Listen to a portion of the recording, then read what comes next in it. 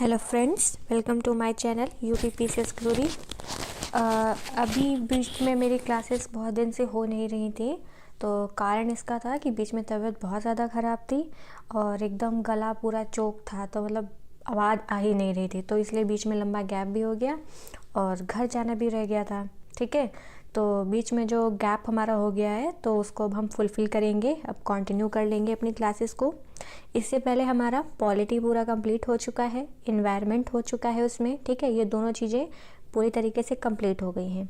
अभी हम geography start करने वाले हैं और ज्योग्राफी में भी हम सबसे पहले वर्ड मैपिंग स्टार्ट करेंगे, जिसमें वर्ड मैपिंग के अंतर्गत हम कॉन्टिनेंट्स वाइज चीज़ों को पढ़ेंगे और पर्टिकुलर एक कॉन्टिनेंट में जितनी भी इम्पॉर्टेंट फैक्ट्स हैं उसके, लाइक उसके माउंटेन हो गए, लेक्स हो गए, वहाँ पे मिनरल रिसोर्सेस और मतलब जो भी चीज़ों से रिलेटेड होंगी वो हम उसको एक साथ में ही कवर करते हुए चलेंगे। ठीक है, तो इतना आपको क्लियर हो गया होगा।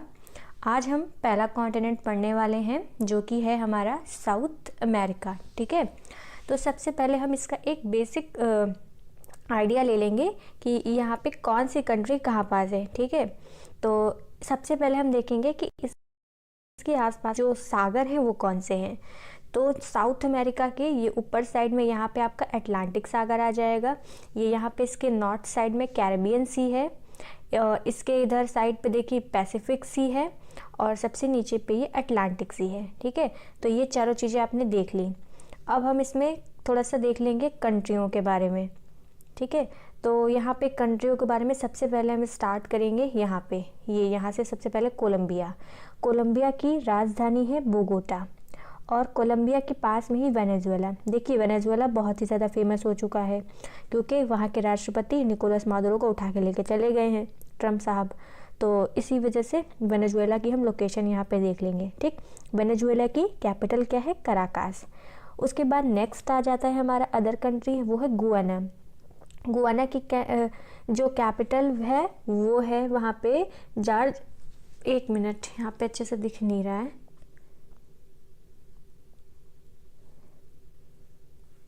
यहाँ पे इसकी जो कैपिटल है जॉर्ज टाउन। ठीक है, और यहाँ पे नेक्स्ट सूरीनाम की कैपिटल है पैरामैरिबो।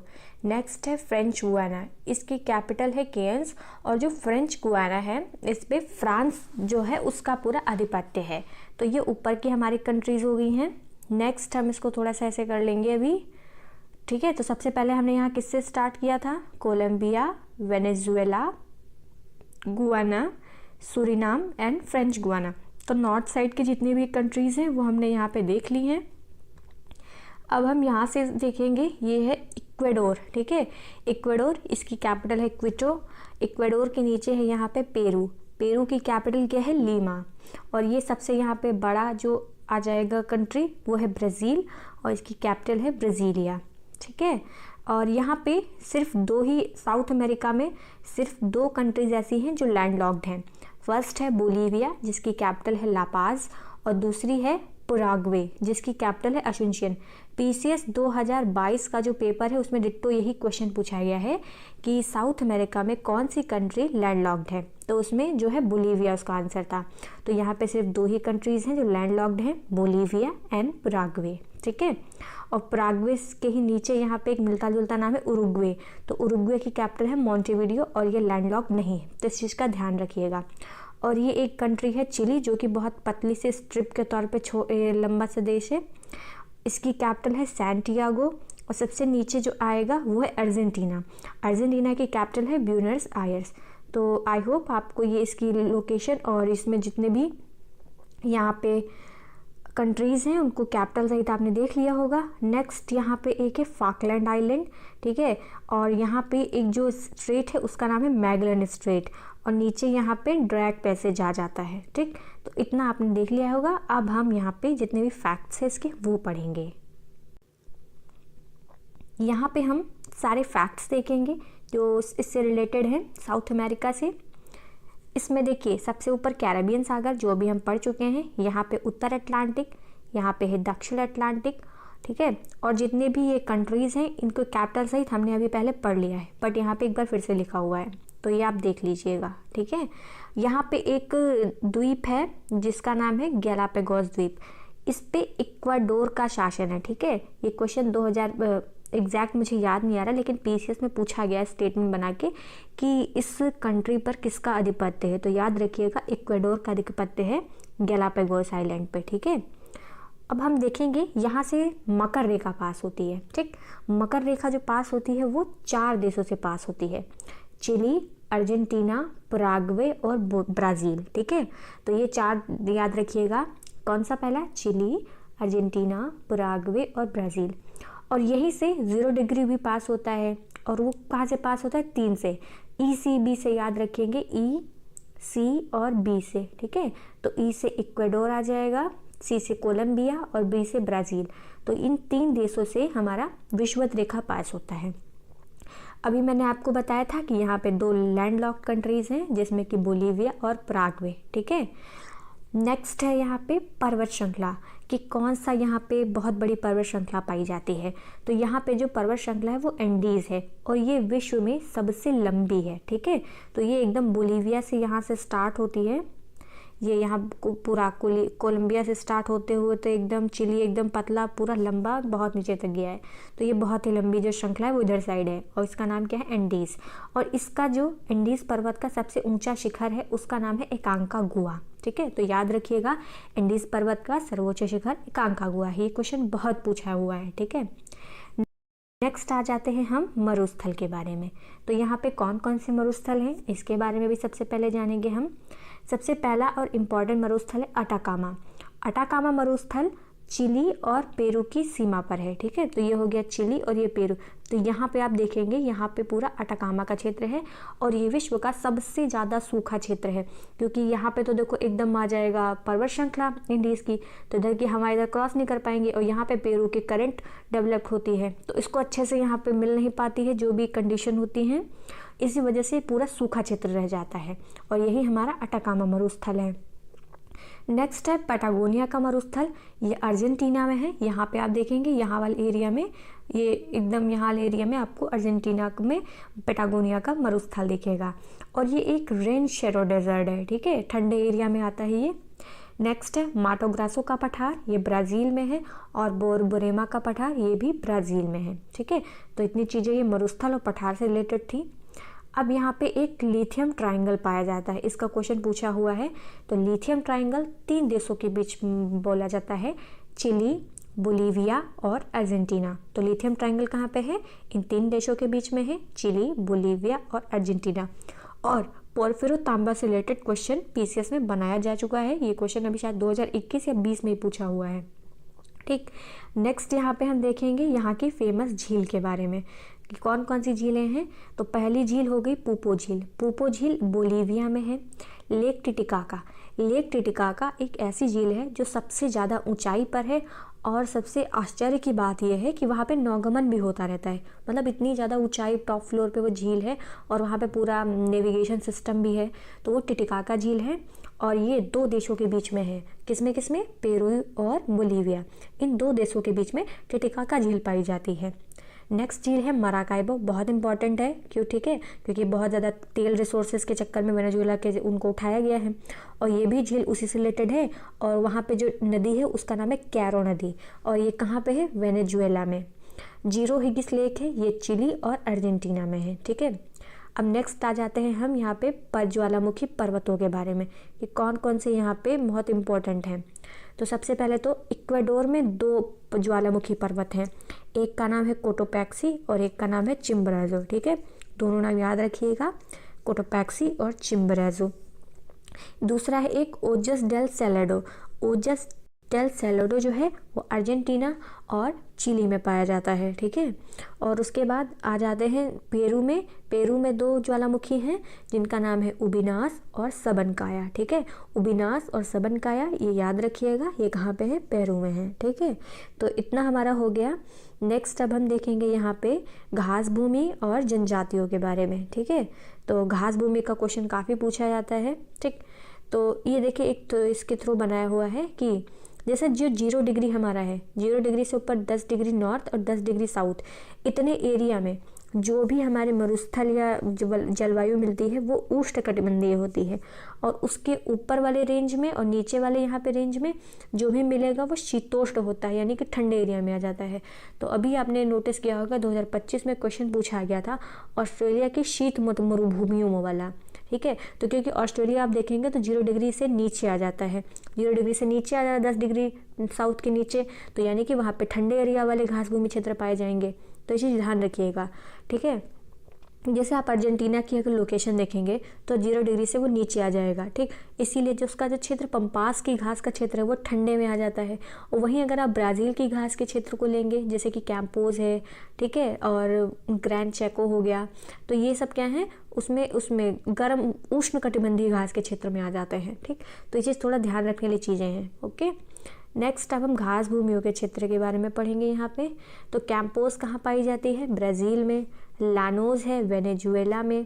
पंपाज है अर्जेंटीना में। ग्रैंड चैको है अर्जेंटीना और पराग्वे में। अल्फ़ा अल्फ़ा घास ये अर्जेंटीना, ब्राज़ील और उरुग्वे में है। और अल्फ़ा अल्फ़ा घास मतलब ये बहुत हेल्पफुल होती है घास, जो मतलब ये घास जो है जो भी जानवर खाते हैं जैसे गाय वगैरह, भैंस वगैरह, तो ये बहुत ज़्यादा दुग्ध उत्पादन में ये सहायक होती है ये घास, ठीक है। मैटोरल घास मिलती है चिली में, और ब्राज़ील में मिलते हैं कटिंगा और सेरेडोस। तो ये घास भूमियाँ इनकी याद रखिएगा। अब यहाँ पे जनजातियाँ भी कुछ प्रमुख हैं। जनजातियों का क्वेश्चन तो खूब पूछा जाता है, ठीक है। तो यहाँ पे एक जनजाति है एक्रा, ये ब्राज़ील में है।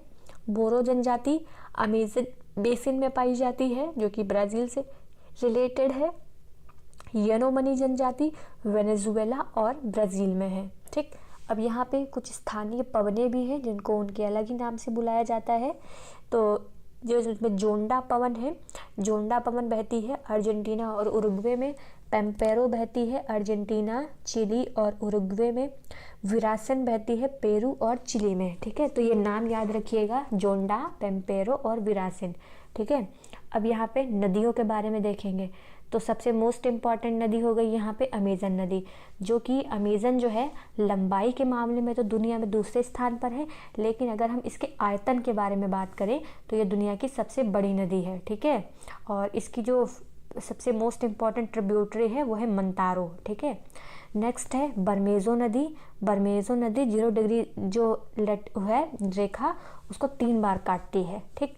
कैरो नदी पर एंजल जलप्रपात भी है, और ये कहाँ पे है, वेनेजुएला में। और ये दुनिया का सबसे ऊंचा जलप्रपात है एंजल जलप्रपात, ठीक है, याद रखिएगा, वेनेजुएला में है। ओरिनोको नदी का मुहाना ये वेनेजुएला से ही है, ठीक है। और पराना नदी जो है ब्राज़ील, पराग्वे और अर्जेंटीना में बहती है। तो इतना इसमें हमारा हो गया है। नेक्स्ट हम देखेंगे यहाँ पे खनिज संसाधन, कि कौन से खनिज संसाधन कहाँ पे मिलते हैं। तो साउथ अमेरिका के अंदर लौह अयस्क हमको मिलता है इटाविरा पहाड़ी पर, ये कहाँ पे है, ब्राज़ील में है। मैंगनीज मिलता है अमाया क्षेत्र में, ये भी ब्राज़ील में है। तांबा मिलता है चुक्की कमाटा में, जो कि पोर्फिरो तांबा होता है, और ये चिली में है, ठीक है। इसी के बारे में भी बता रही थी आपको मैं कि 2020 में ये क्वेश्चन पूछा गया है पोर्फिरो तांबा वाला। चांदी यहाँ पे मिलती है पोटोसी में, जो कि बोलीविया में है, ठीक है। तो ये खनिज संसाधन आप देख लेंगे यहाँ पे कि कौन कौन से कहाँ पे पाए जा रहे हैं। अब कुछ मिसलेनियस चीज़ें भी यहाँ पे पढ़ लेंगे जो पूछी हुई हैं बाद में, मतलब क्वेश्चन पूछी गई हैं। तो जो साउथ अमेरिका है इसको एक अन्य नाम से भी बुलाया जाता है, ठीक है। तो इसका एक अन्य नाम है पक्षियों का महाद्वीप। अगर क्वेश्चन ये पूछा जाए कि पक्षियों के महाद्वीप के नाम से किस महाद्वीप को जाना जाता है, तो आंसर आएगा इसमें साउथ अमेरिका, ठीक है। और यहाँ पे जो कॉफ़ी सिटीज़ होती हैं, यहाँ जो कॉफ़ी सिटी है वो किसको बोलते हैं, यहाँ पे एक सिटी है सेंटोस सिटी को ही कॉफ़ी सिटी बोला जाता है, ठीक है। और जो यहाँ पे कॉफ़ी के पूरे बागान होते हैं ना, उनको बोला जाता है फजेंडा। तो ये जो बागान लगते हैं पूरे, इनको ये इस तरीके से इनको पूरा फजेंडा बोला जाता है। जैसे आप अपने केरला में देखेंगे मुन्नार घाटी में, ठीक है, जो कि मुन्नार वैली वाला है, तो जो पूरा एरिया बना हुआ है, तो पर्टिकुलर एक एरिया को वहाँ ब्राज़ील में उसको बोलते हैं फजेंडा। और यहाँ की जो सबसे फेमस कहवा की मंडी है यानी कॉफ़ी की मंडी, वो साओ पाउलो है। केला के लिए सबसे ज़्यादा मशहूर यहाँ पे क्या है, इक्वाडोर। और इक्वाडोर में ही इक्वाडोर का आधिपत्य है गैलापागोस द्वीप पे। और इतापू बांध हमारा ये पराना नदी पर है। और अमेज़न वन जो हैं उनको सेल्वास भी कहते हैं, ठीक है। तो याद रखिएगा अमेज़न वन को सेल्वास भी कहते हैं। और यहाँ इसी को वर्षा वन भी कहा जाता है। ठीक है, तो साउथ अमेरिका से रिलेटेड जितने भी पॉइंट्स थे इनमें इनको कवर करा लिया गया है। आप इसको देखिएगा और प्लीज़ वीडियो को थोड़ा शेयर भी कर दीजिएगा और लाइक भी करिए, सब्सक्राइब भी कराइएगा channel. Thank you so much.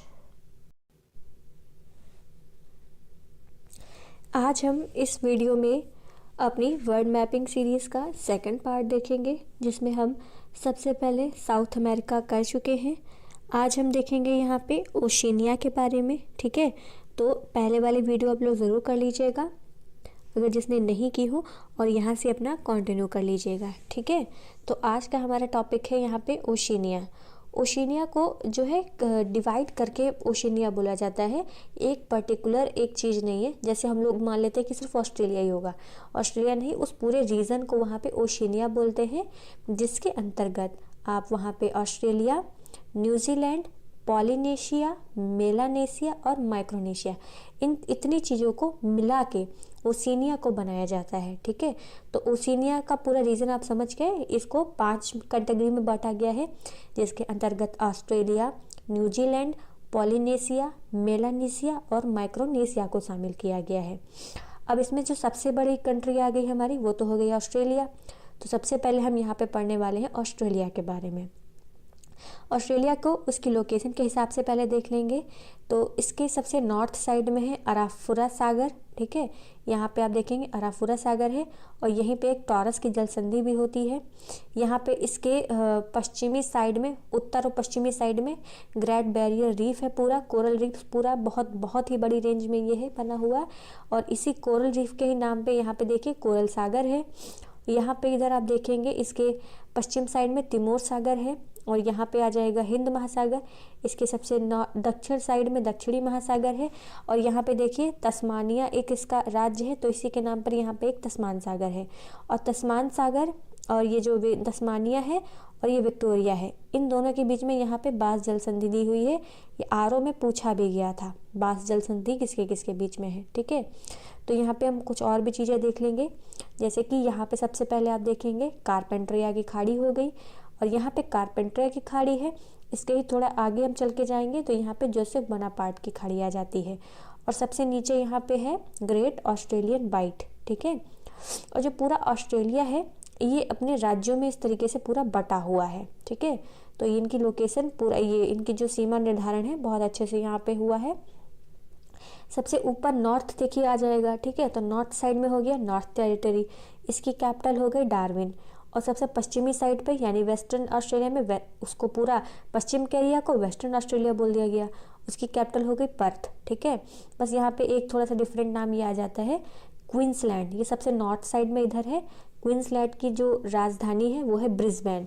इस क्वींसलैंड के नीचे आ जाएगा New South Wales. New South Wales की जो कैपिटल है वो है सिडनी।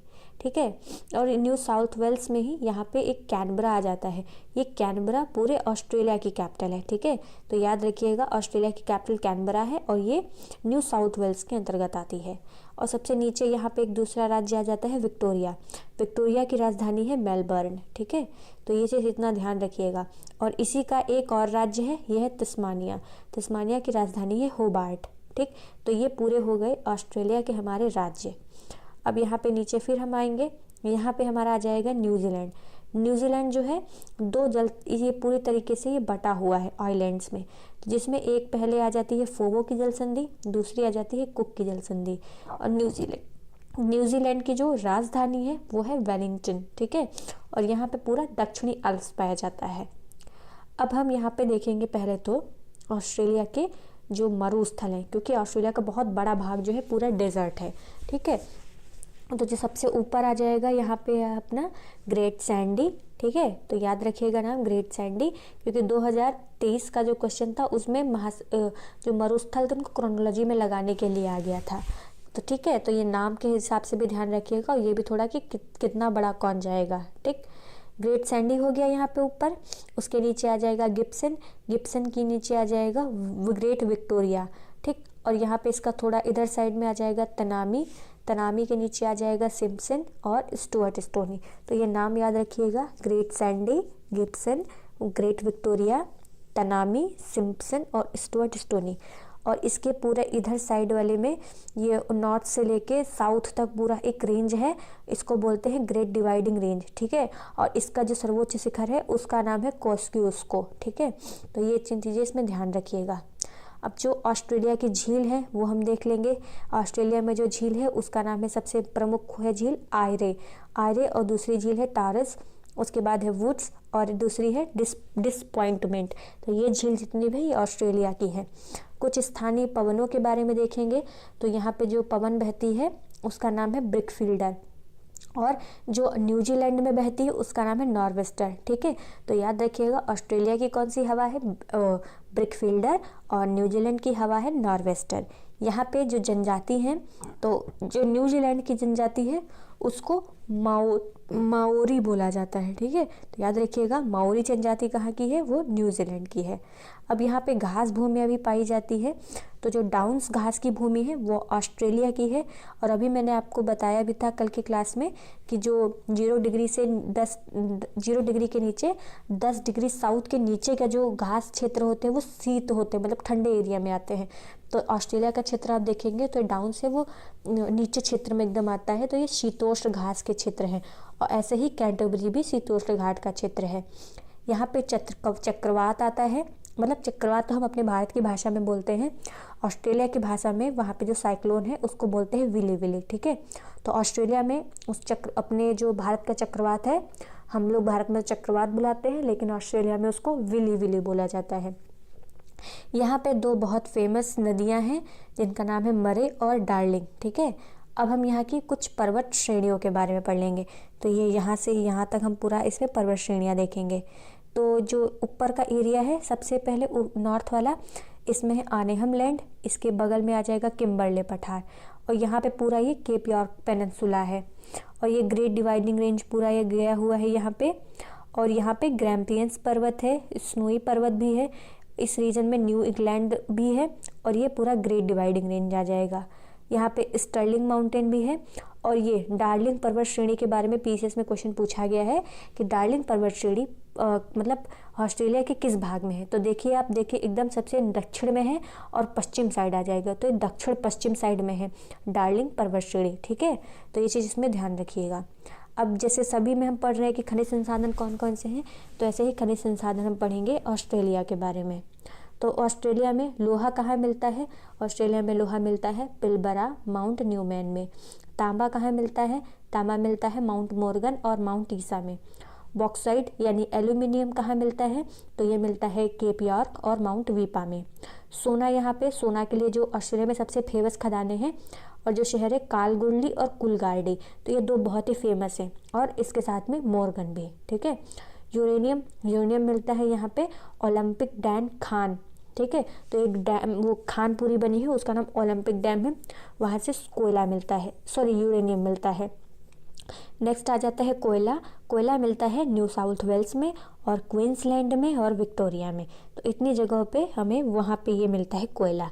ये मरुस्थल यहाँ पे एक बार लाइन से लिख दिए हैं, Barberton, Simpson, Gibson, Sturt Stony, Great Victoria और ग्रेट सैंडी। तो ये यहाँ के मरुस्थल हो जाते हैं। अब हम थोड़ा सा एक क्विक नज़र डाल लेंगे इस पे। तो जैसे जो माइक्रोनेशिया हो गया, मेलानेशिया हो गया और पॉलिनेशिया हो गया। माइक्रोनेशिया में ये सब बहुत ही छोटे छोटे से आइलैंड्स हैं, ठीक है। तो उनको ही ग्रुप को बोला जाता है इस तरीके से।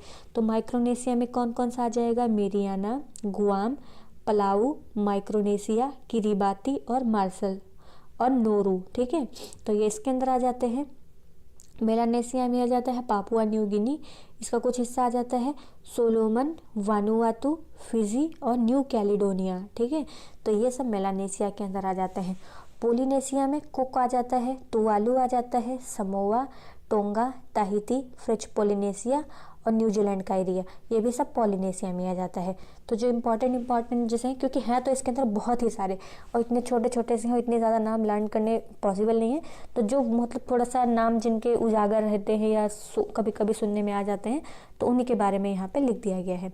कुछ की कैपिटल भी यहाँ पे लिख दी गई है, जैसे कि तुवालू की राजधानी है फुनाफुटी, फिजी की है सुवा, किरिबाती की है तरावा, पलाऊ की है कोरोरू और सोलोमन की है होनियारा। तो ये कुछ जो ओशियाना के कुछ जो द्वीपीय देश थे उनकी राजधानी लिखी हुई है। ठीक है, होप आपको ये वीडियो पसंद आई हो, तो प्लीज़ इसको लाइक कर दीजिएगा, चैनल को सब्सक्राइब कर दीजिएगा। Thank you so much. Hello friends, welcome to my channel UPPCS glory. आज हम इस वीडियो में नॉर्थ अमेरिका कॉन्टिनेंट के बारे में पढ़ने वाले हैं। इससे पहले साउथ अमेरिका और ऑस्ट्रेलिया के बारे में करवा दिया गया है। आज ये हमारा थर्ड लेक्चर है जिसमें हम नॉर्थ अमेरिका कॉन्टिनेंट के बारे में पूरी तरीके से पढ़ेंगे, इसके जितने भी इससे रिलेटेड हुए फैक्ट्स होंगे। ठीक है, चलिए अब हम स्टार्ट करते हैं। सबसे पहले इसका एक हम मैप देख लेंगे कि यहाँ पे कौन सी कंट्री कहाँ पे है। ठीक है, तो सबसे पहले यहाँ पे सबसे बड़ी कंट्री आ जाएगी कनाडा, जो कि आप ब्राउन कलर से देख रहे हैं। पूरा ये जो एरिया है ये कनाडा का है। यहाँ पे ये अलास्का है, यूनाइटेड स्टेट्स का ही एक है। ठीक है, तो ये यूनाइटेड स्टेट जो यहाँ पे है इसका ही एक स्टेट है। नेक्स्ट यहाँ पे नीचे आ जाएगा मैक्सिको, और ये कैरेबियन कंट्रीज़ हैं, और नीचे सेंट्रल अमेरिकन कंट्रीज़ हैं। ठीक, तो ये एक बहुत रफली हम आइडिया रख लेंगे कि यहाँ पे क्या क्या चीज़ें हैं। और ये ग्रीनलैंड की लोकेशन देख लेंगे, क्योंकि ये ट्रम्प बाबा बहुत अच्छे चिल्ला रहे ग्रीनलैंड के लिए, तो देख लीजिए इसकी लोकेशन क्या है। और इसी के लिए ये अमेरिका इस पे आधिपत्य जमाना चाहता है। और जो ग्रीनलैंड है ये डेनमार्क द्वारा ऑक्यूपाइड है। ठीक, अब हम इसमें जितने भी फैक्ट्स हैं पहले वो हम देख लेंगे। ठीक है, ये तो बस एक रफली आइडिया के लिए मैप दिखा दिया गया कि इसमें कौन सी कंट्री कहाँ पे है। बाकी इसके जो भी रिलेटेड फैक्ट है वो हम बाद में भी देखेंगे। यहाँ पर हम एक जो मतलब एक मैंने डायग्राम बनाया हुआ है, तो जो इससे रिलेटेड यहाँ पे जो भी सीज़ हैं या जो भी यहाँ पे जल संधियाँ हो रही हैं उनके बारे में हम पढ़ लेंगे। ठीक है, तो ये रहा डेनमार्क, जो कि डेनमार्क का जो ग्रीनलैंड आइलैंड हो गया ये। यहाँ पे हडसन बे है, ये अलास्का हो गया।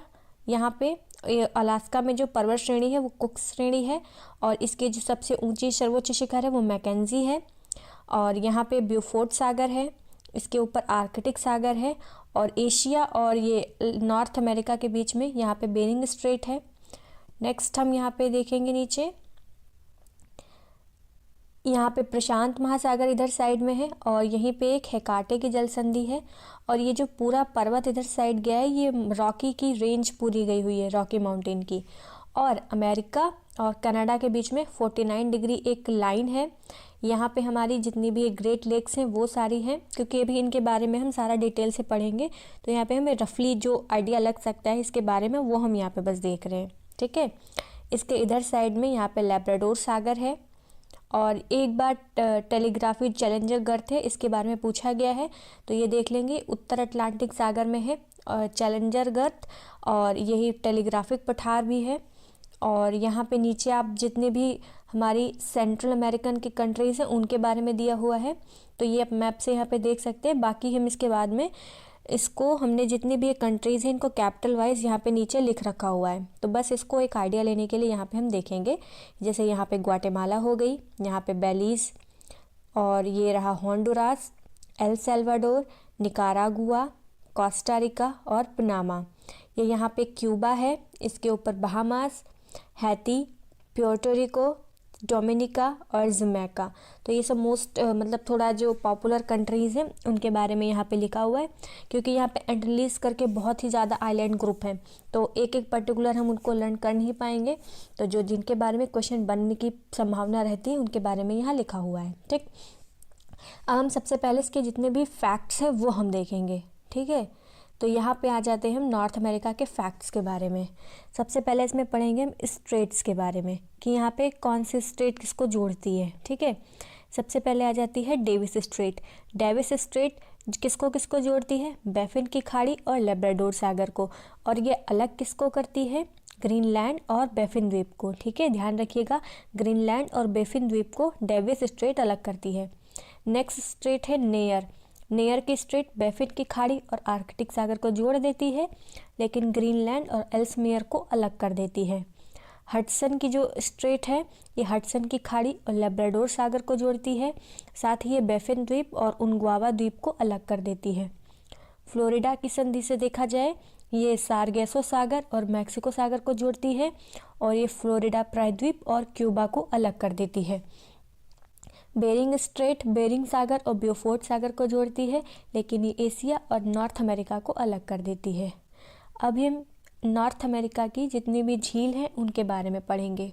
ठीक है, तो झीलों का क्रम हम यहाँ पे देखेंगे नॉर्थ से साउथ की तरफ। ठीक है, और ये झील कहाँ की है? ये सारी झील कनाडा की है। तो नॉर्थ में सबसे ऊपर आएगी ग्रेट बियर, उसके बाद ला मार्टरी, ग्रेट स्लेव, अथाबास्का, रेनडियर और विनीपेग।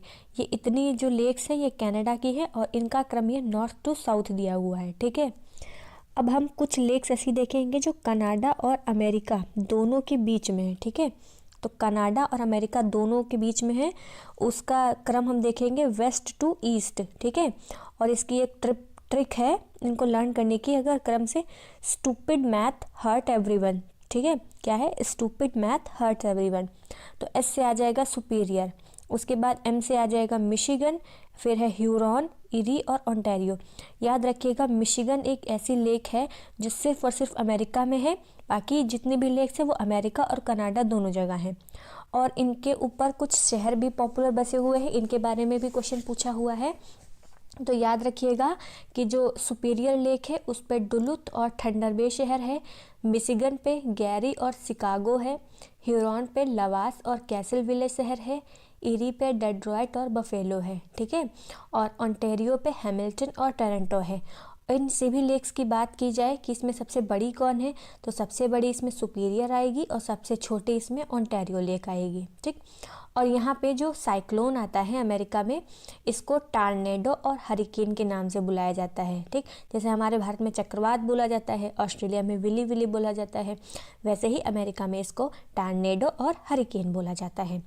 यहाँ पे कुछ और भी लेक्स हैं, जैसे कि 5 फिंगर लेक, ये क्वेश्चन एक बार पूछा हुआ है, तो याद रखिएगा 5 फिंगर लेक न्यूयॉर्क में है, क्रेटर झील अमेरिका और कनाडा दोनों में है, और ग्रेट सॉल्ट लेक ये भी यूएसए में है। नेक्स्ट है यहाँ के ज्वालामुखी कि कौन कौन से ज्वालामुखी यहाँ पाए जाते हैं। तो ज्वालामुखी की बात की जाए, मैक्सिको में जो पाया जाता है, मैक्सिको में पोपोकैपिटल, कोलीमा और पेरिकुटीन, ये ज्वालामुखी कहाँ है? मैक्सिको में है। अलास्का की बात की जाए, यानी कि अलास्का यानी अगर यूएसए लिख के आ जाए तो याद रखिएगा यहाँ पे कटमई ज्वालामुखी है। और यूएसए में ही रेनियर और शास्ता ज्वालामुखी हैं। हवाई जो कि अमेरिका का ही एक राज्य है, वहाँ पे मोना लोआ और किलायू ज्वालामुखी हैं। यहाँ पे कुछ नहर हैं जो काफ़ी प्रसिद्ध हैं, इसमें एक सू नहर है जो कि ह्यूरॉन और सुपीरियर झील के ऊपर बनी हुई है, इनको जोड़ती है, और वेलेंड नहर इरी और ओंटारियो से जुड़ती है। ठीक है, अब यहाँ के हम देखेंगे घास के मैदान। घास के मैदानों में सबसे पहला है प्रेयरी घास के मैदान। प्रेयरी घास के मैदान अमेरिका और कनाडा में है। चैपरेल घास के मैदान कैलिफोर्निया में पाए जाते हैं। कैलिफोर्निया अमेरिका का ही एक वो राज्य है। ठीक है, अब यहाँ पे आते हैं मरुस्थल के बारे में कि यहाँ पे कौन कौन से मरुस्थल पाए जाते हैं। तो ध्यान से देखिएगा, यहाँ पे अमेरिका में ग्रेट बेसिन, मोजावे, सोनोरन और सियरा निवाडा, ये सारे मरुस्थल अमेरिका में पाए जाते हैं। और अमेरिका और मैक्सिको दोनों में मिला के चिन्हुआ हुआ मरुस्थल पाया जाता है। ठीक है, अब यहाँ पे आ जाते हैं पठार के बारे में कि कौन कौन से प्लेटू हैं यहाँ पे। तो मैक्सिको में चियापास का पठार है, अमेरिका और मैक्सिको में एडवर्ड्स का पठार है, अमेरिका में ही कोलोराडो, कोलंबिया और यूक्रान का पठार है, और पिडमॉन्ट और ओजार्क ये भी पठार अमेरिका में है। ठीक है, तो ध्यान से देखिएगा, मैक्सिको में कौन सा हो गया? चियापास। अमेरिका और मैक्सिको दोनों जगह पे एडवर्ड्स का पठार है। अमेरिका में कोलोराडो, कोलंबिया, यूक्रान और पिडमॉन्ट और ओजार्क ये सारे पठार हैं। यहाँ पे कुछ वाटरफॉल्स भी हैं। ठीक है, तो वाटरफॉल्स में देखे जाएंगे तो यूएसए में येसोमाइट और रिबन जलप्रपात है। अमेरिका और कनाडा दोनों की क्योंकि सीमा पे एक नियाग्रा जलप्रपात है जो कि लॉरेंस नदी पर है। ठीक है, तो जो ग्रेट लेक वाले रीजन है उसी जगह पे नियाग्रा जलप्रपात है। अब बात होती है यहाँ की पर्वत श्रेणियों की। तो सबसे ऊंची जो चोटी है राकी पर्वत की। ठीक है, तो सबसे बड़ी श्रृंखला यहाँ पे आती है राकी पर्वत की, इसकी सबसे ऊंची चोटी है एल्बर्ट। ठीक है, और अगर हम अलास्का की बात करेंगे, अलास्का जो राज्य है, अलास्का रेंज में सबसे जो ऊंची चोटी आती है वो मैकिनले चोटी है, इसी को डनाली पर्वत भी बोलते हैं, और ये नॉर्थ अमेरिका की सबसे ऊंची चोटी है। ठीक है, अगर सिर्फ नॉर्थ अमेरिका देश की बात की जाएगी, मतलब पूरे नॉर्थ अमेरिका की एक चोटी की बात की जाएगी तो उसमें आ जाएगी वो मैकिन्ले चोटी, और पूरी जो रॉकी पर्वतमाला है उसकी अगर चोटी की बात की जाएगी तो एल्बर्ट चोटी आएगी। कस्केड माउंटेन है, इसकी चोटी रेनियर है सबसे ऊंची। एप्लेसियन माउंटेन की सबसे ऊंची चोटी मिचेल है। सियरा नेवादा माद्रे ओरिएंटल और एक्सीडेंटल ये मैक्सिको में है। मैकेंजी पर्वत, इसकी चोटी लोगान है और ये कनाडा की सबसे ऊंची चोटी आती है। ठीक है, पठार यहाँ पे दोबारा एक बार लिख गया है क्योंकि इससे पहले हम एक बार पढ़ चुके हैं। ठीक, अब यहाँ पे कुछ स्थानीय पवनों के बारे में देखेंगे कि स्थानीय पवनों को यहाँ पे किस नाम से बुलाया जाता है। ठीक है, तो अमेरिका में शिनूक बहती है जो कि रॉकी पर्वतमाला से बहती है और ये ठंडी, मतलब इसको शायद हिमपाती या हिमभक्षक भी कहते हैं क्योंकि जब ये बहती है तो बर्फ़ बहुत ज़्यादा तेज़ी से पिघलती है। नेक्स्ट है ब्लैक रोलर और टेम्पोरल, ये भी अमेरिका की है। कैलिफोर्निया में सेंटा एना हवा बहती है और अमेरिका में नॉर्टे हवा बहती है। ठीक है, यहाँ की जनजातियों के बारे में देखेंगे तो जनजातियों में यहाँ पे अमेरिका में पाई जाती है अपाचे और हैदा, कनाडा में पाई जाती है इनुइट और मैक्सिको में माया। तो यहाँ की जनजातियाँ हैं। ठीक है, अब आ जाते हैं यहाँ के नदी तंत्र के बारे में। नदी तंत्र के बारे में यहाँ पे देखेंगे, सबसे पहले आ जाती है मिसिसिपी और मिसौरी नदी। ये नदी मिसौरी जो है ये कहाँ से निकलती है, इटास्का झील से, और ये दोनों नदियाँ अपने जो डेल्टा वाला क्षेत्र है वहाँ पे पक्षी के पंजे की आकार का डेल्टा बनाती है, इसलिए उसको बर्डफुल डेल्टा कहा जाता है। ठीक है, दूसरी नदी है रियो ग्रांडे। रियो ग्रांडे नदी का क्वेश्चन 2023 में पूछा गया था। तो रियो ग्रांडे नदी अमेरिका और मैक्सिको की सीमा पर निर्धारण करती है। नेक्स्ट आ जाती है सेंट लॉरेंस नदी, ये इसका भी क्वेश्चन पूछा हुआ है। तो ये विश्व का सबसे व्यस्ततम आंतरिक जल परिवहन मार्ग बनाती है, तो इसके लिए सेंट लॉरेंस नदी उत्तरदायी है। कोलोराडो नदी पर 2 बांध हैं, एक तो हूबर बांध है और यहीं पे ग्रैंड कैनियन भी है। ठीक है, तो याद रखिएगा ये कोलोराडो नदी पर है। फीदर नदी पर ओलोविले बांध बना हुआ है। ठीक, फिर आ जाते हैं कैरेबियन सागर द्वीप पे, इसका क्वेश्चन एक बार पूछा हुआ है, तो याद रखिएगा कि कुछ वहाँ पे द्वीप हैं जो नाम से अपने फेमस है काफ़ी। इसमें पहला है ग्रेनाडा, मोंटेसेराइस, एंगुइला और बरमुडा।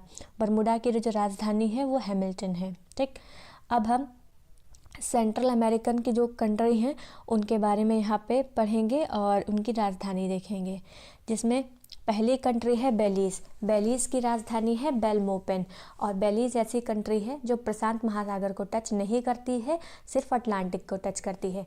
ठीक, जैसे यहाँ पे लिखा है प्रशांत कट, यानी कि प्रशांत को टच नहीं करती, और देखिए एल सल्वाडोर के पास लिखा है अटलांटिक कट, यानी कि अटलांटिक को टच नहीं करती। तो इन दोनों कंट्रीज़ को हटा के बाकी जितनी भी कंट्रीज़ बची ये अटलांटिक और प्रशांत दोनों को टच करती हैं। मान लीजिए अगर क्वेश्चन बन के आ गया कि निम्नलिखित में से कौन सी ऐसी कंट्री है जो प्रशांत महासागर को टच नहीं करती, और वहाँ पर ऑप्शन में सेंट्रल अमेरिकन ही कंट्रीज सारी हो, तो कन्फ्यूज़न हो सकता है, क्योंकि इसमें सिर्फ बेलीज़ और एल सल्वाडोर ऐसी हैं जो दोनों सागरों को टच नहीं करती हैं, जिसमें बेलीज़ प्रशांत को टच नहीं करती है और एल सल्वाडोर अटलांटिक को टच नहीं करता है। बाकी की सारी कंट्रीज प्रशांत महासागर और अटलांटिक महासागर दोनों को टच करती हैं। ठीक है, जिसमें पहला हो गया बेलीज़, इसकी कैपिटल हो गई बेलमोपेन। ग्वाटेमाला की कैपिटल हो गई ग्वाटेमाला सिटी। होंडुरास की राजधानी हो गई टेगुसिगल्पा। एल सल्वाडोर की सैन सल्वाडोर। निकारागुआ की मनागुआ। कोस्टा रिका की सान जोस और पनामा की राजधानी हो गई पनामा सिटी। ठीक है, तो इनकी राजधानी जरूर याद कर लीजिएगा, इससे क्वेश्चन भी पूछा जाता है। अब हम कैरिबियन कंट्रीज़ के बारे में पढ़ेंगे और उनकी राजधानी के बारे में। सबसे पहले आ जाएगा क्यूबा। क्यूबा की राजधानी हो गई हवाना। जमैका की राजधानी हो गई किंगस्टन। हैती की राजधानी पोर्टो प्रिंस। डोमिनिकन की राजधानी सैन डोमिंगो। प्यूर्टो इसकी राजधानी सान जुआन। ग्रेनाडा की राजधानी सेंट जॉर्ज। बारबाडोस की राजधानी ब्रिजटाउन। बहामास की राजधानी नसाउ और एंटीगुआ बरमुडा की राजधानी सेंट जॉर्ज। अब हम यहाँ के खनिज संसाधनों के बारे में पढ़ेंगे कि कौन से खनिज संसाधन किस देश में किस जगह पे सबसे ज़्यादा पाए जाते हैं, जिसमें से लौह अयस्क पाया जाता है अल्बामा, मिसाबी, सुपीरियर, क्लीवलैंड, मिनेसोटा और पिट्सबर्ग, इन सभी क्षेत्रों में लोहा सबसे ज़्यादा पाया जाता है। तांबा पाया जाता है एरिजोना, मोंटाना, बूटे और सैंडबरी। ठीक है, इसमें सैंडबरी ये कनाडा का क्षेत्र है। बॉक्साइड यानी कि एल्युमिनियम, ये सेलाइन काउंटी और अरकनसास, इन जगह पे सबसे ज़्यादा पाया जाता है।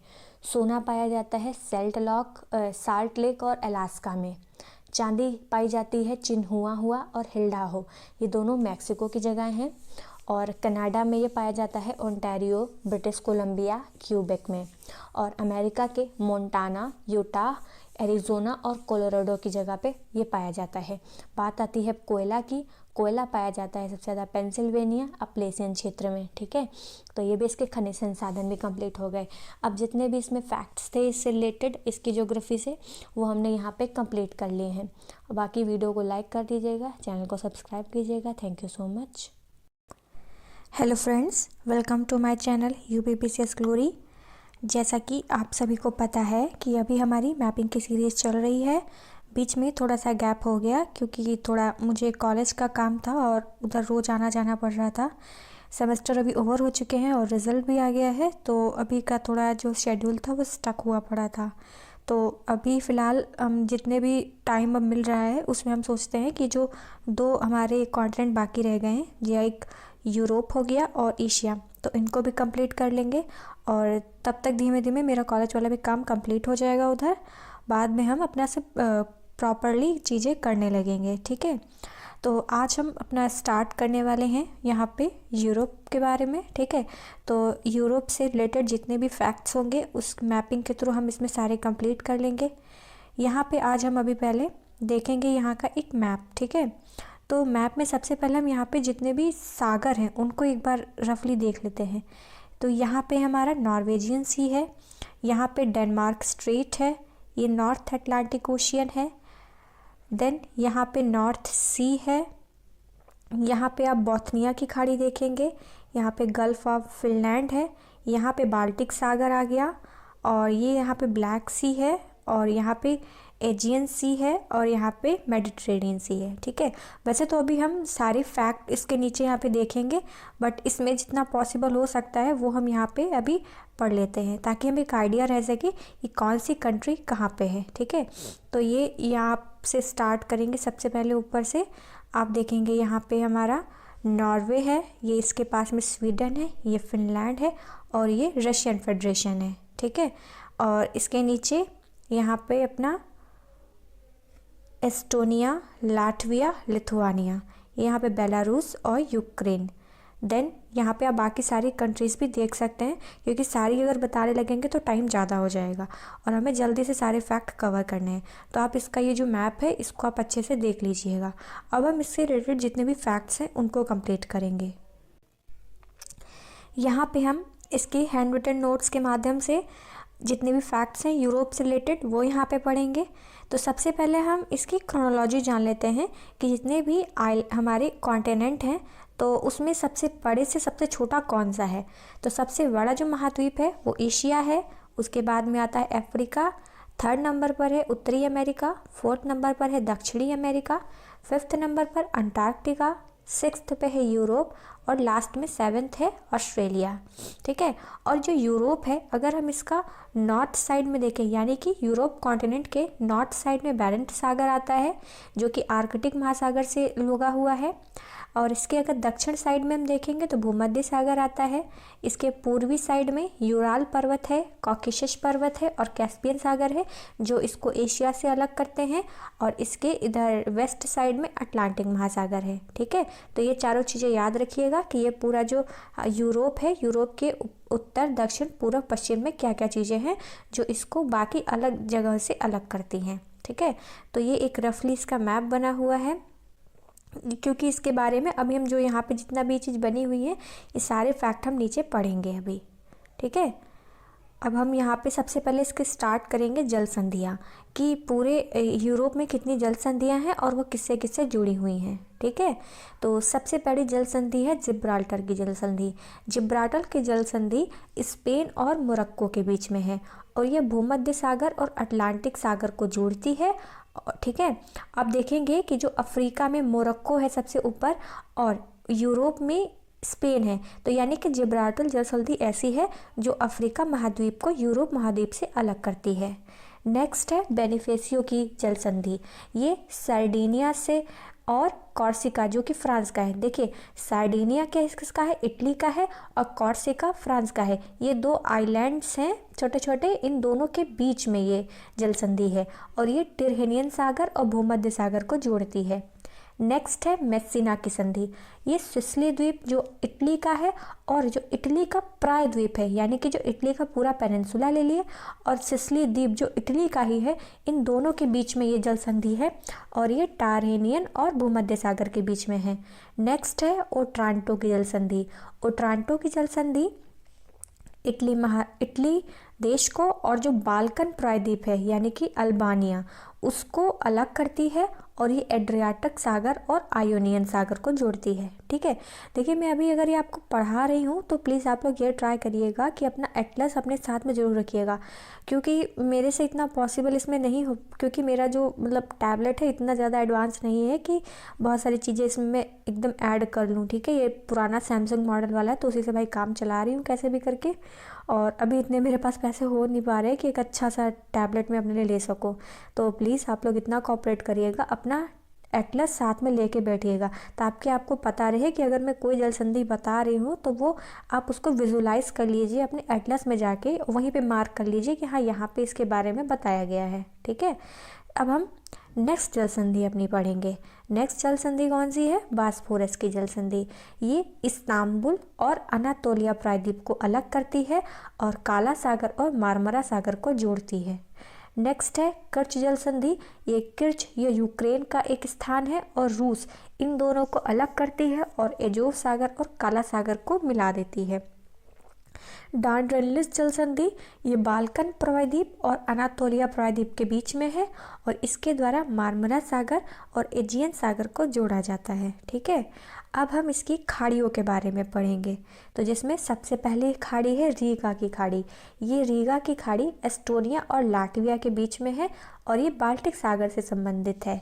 नेक्स्ट है फिनलैंड की खाड़ी, यह फिनलैंड और एस्टोनिया के बीच में है। बाथनिया की खाड़ी स्वीडन और फिनलैंड के बीच में है, ये भी बाल्टिक सागर से संबंधित है। इंग्लिश चैनल ये ब्रिटेन और फ्रांस के बीच में है। बिस्के की खाड़ी ये फ्रांस और स्पेन के बीच में है और लायंस की खाड़ी फ्रांस के दक्षिण में है। ठीक है, और ये भूमध्य सागर से जुड़ी हुई है। तो ये सारी चीज़ें भी आप लोग उसमें मैप में एक बार देख लीजिएगा। अब हम यहाँ पे जितने भी पर्वत श्रृंखलाएं हैं उनके बारे में पढ़ेंगे। तो सबसे पहले हम देखेंगे जर्मनी में कौन से पर्वत हैं, क्योंकि आप पूरा यूरोप देखेंगे कि बहुत ज़्यादा सुंदर है, बहुत ही ज़्यादा वहाँ पे माउंटेन्स हैं, मतलब इतनी ज़्यादा ग्रीनरी है, इतना ज़्यादा सुंदर है यूरोप, मतलब मैं डिस्क्राइब नहीं कर सकती। लेकिन अपना इंडिया भी बहुत सुंदर है, ऐसा नहीं कि मैं उसकी बुराई कर रही हूँ, इंडिया बहुत सुंदर है, लेकिन जितने भी पर्वत श्रृंखलाएँ आप वहाँ की देखेंगे वो एक अलग ही नज़ारा अपना दिखाती हैं। ठीक है, तो सबसे पहले हम इसमें पढ़ेंगे जर्मनी के पर्वतों के बारे में। तो जर्मनी में ब्लैक फॉरेस्ट माउंटेन है, बवेरियन आल्प्स है, हार्ज माउंटेन है और एसबर्ग माउंटेन है। ठीक है, तो इनको नाम के अकॉर्डिंग भी याद रखिएगा, क्योंकि मैचिंग में बहुत ज़्यादा पूछा जाता है कि कौन सा पर्वत कहाँ पे है, किस देश में है, या उत्तर से दक्षिण पूरब से पश्चिम भी पूछ लेता है। ठीक है, तो 2024 वाला पेपर याद कर लीजिएगा, एक बार याद आ जाएगा। नेक्स्ट है रूस का माउंटेन। रूस में कौन कौन से हैं, रूस में यूराल माउंटेन है, बरखोंग्यान्स माउंटेन है, और जो बरखोंग्यान्स माउंटेन है इसका सर्वोच्च शिखर है गोरा मरखराया। ठीक है, नेक्स्ट है Stanovoy mountain, Caucasus mountain. Caucasus mountain जो है ये इसका जो सर्वोच्च शिखर है एल्ब्रुस है। ठीक है, और ये कैस्पियन सागर और ब्लैक सागर से जुड़ा हुआ है। ठीक है, अगर आप देखेंगे काकेशस पर्वत श्रृंखला है जो एक तरफ कैस्पियन सागर से जुड़ रहा होगा और एक तरफ ब्लैक सागर से। ठीक है, नेक्स्ट है इटली। इटली में एपिनाइन पर्वत श्रृंखला है। देखिए पीसेस 2024 में ही ये क्वेश्चन पूछा हुआ है और इसका सर्वोच्च शिखर है कॉर्ने ग्रैंड। इंग्लैंड में कौन सा पर्वत है, पिनेनाइन और कैम्ब्रियंस। फ्रांस और स्पेन जो देश हैं इनकी सीमा पे जो पर्वत श्रृंखला है उसको पिरेनीज बोलते हैं। स्कॉटलैंड में ग्रैम्पियंस पर्वत है। फ्रांस में जूरा माउंटेन्स हैं जो कि फ्रांस और स्विट्ज़रलैंड की सीमा पर हैं, और वासेट श्रृंखला भी फ्रांस और जर्मनी के बॉर्डर पे है। और ये आल्प्स मिलते हैं। आल्प्स का जो सर्वोच्च शिखर है ये माउंट ब्लांक है, ठीक है। और ये मतलब बहुत ज़्यादा ही कंट्रीज़ में पाया जाता है जो आल्प्स है। स्विट्ज़रलैंड में है, फ्रांस में है, इटली, ऑस्ट्रेलिया, जर्मनी, स्लोवेनिया, लिechtenstein, मतलब बहुत बड़ा क्षेत्र है इसका, ये काफ़ी देशों में है। और एक थोड़ा सा कन्फ्यूज़न हो जाता है कुछ नामों के लेके, तो मैंने वो यहीं पे एक साथ लिख दिया है।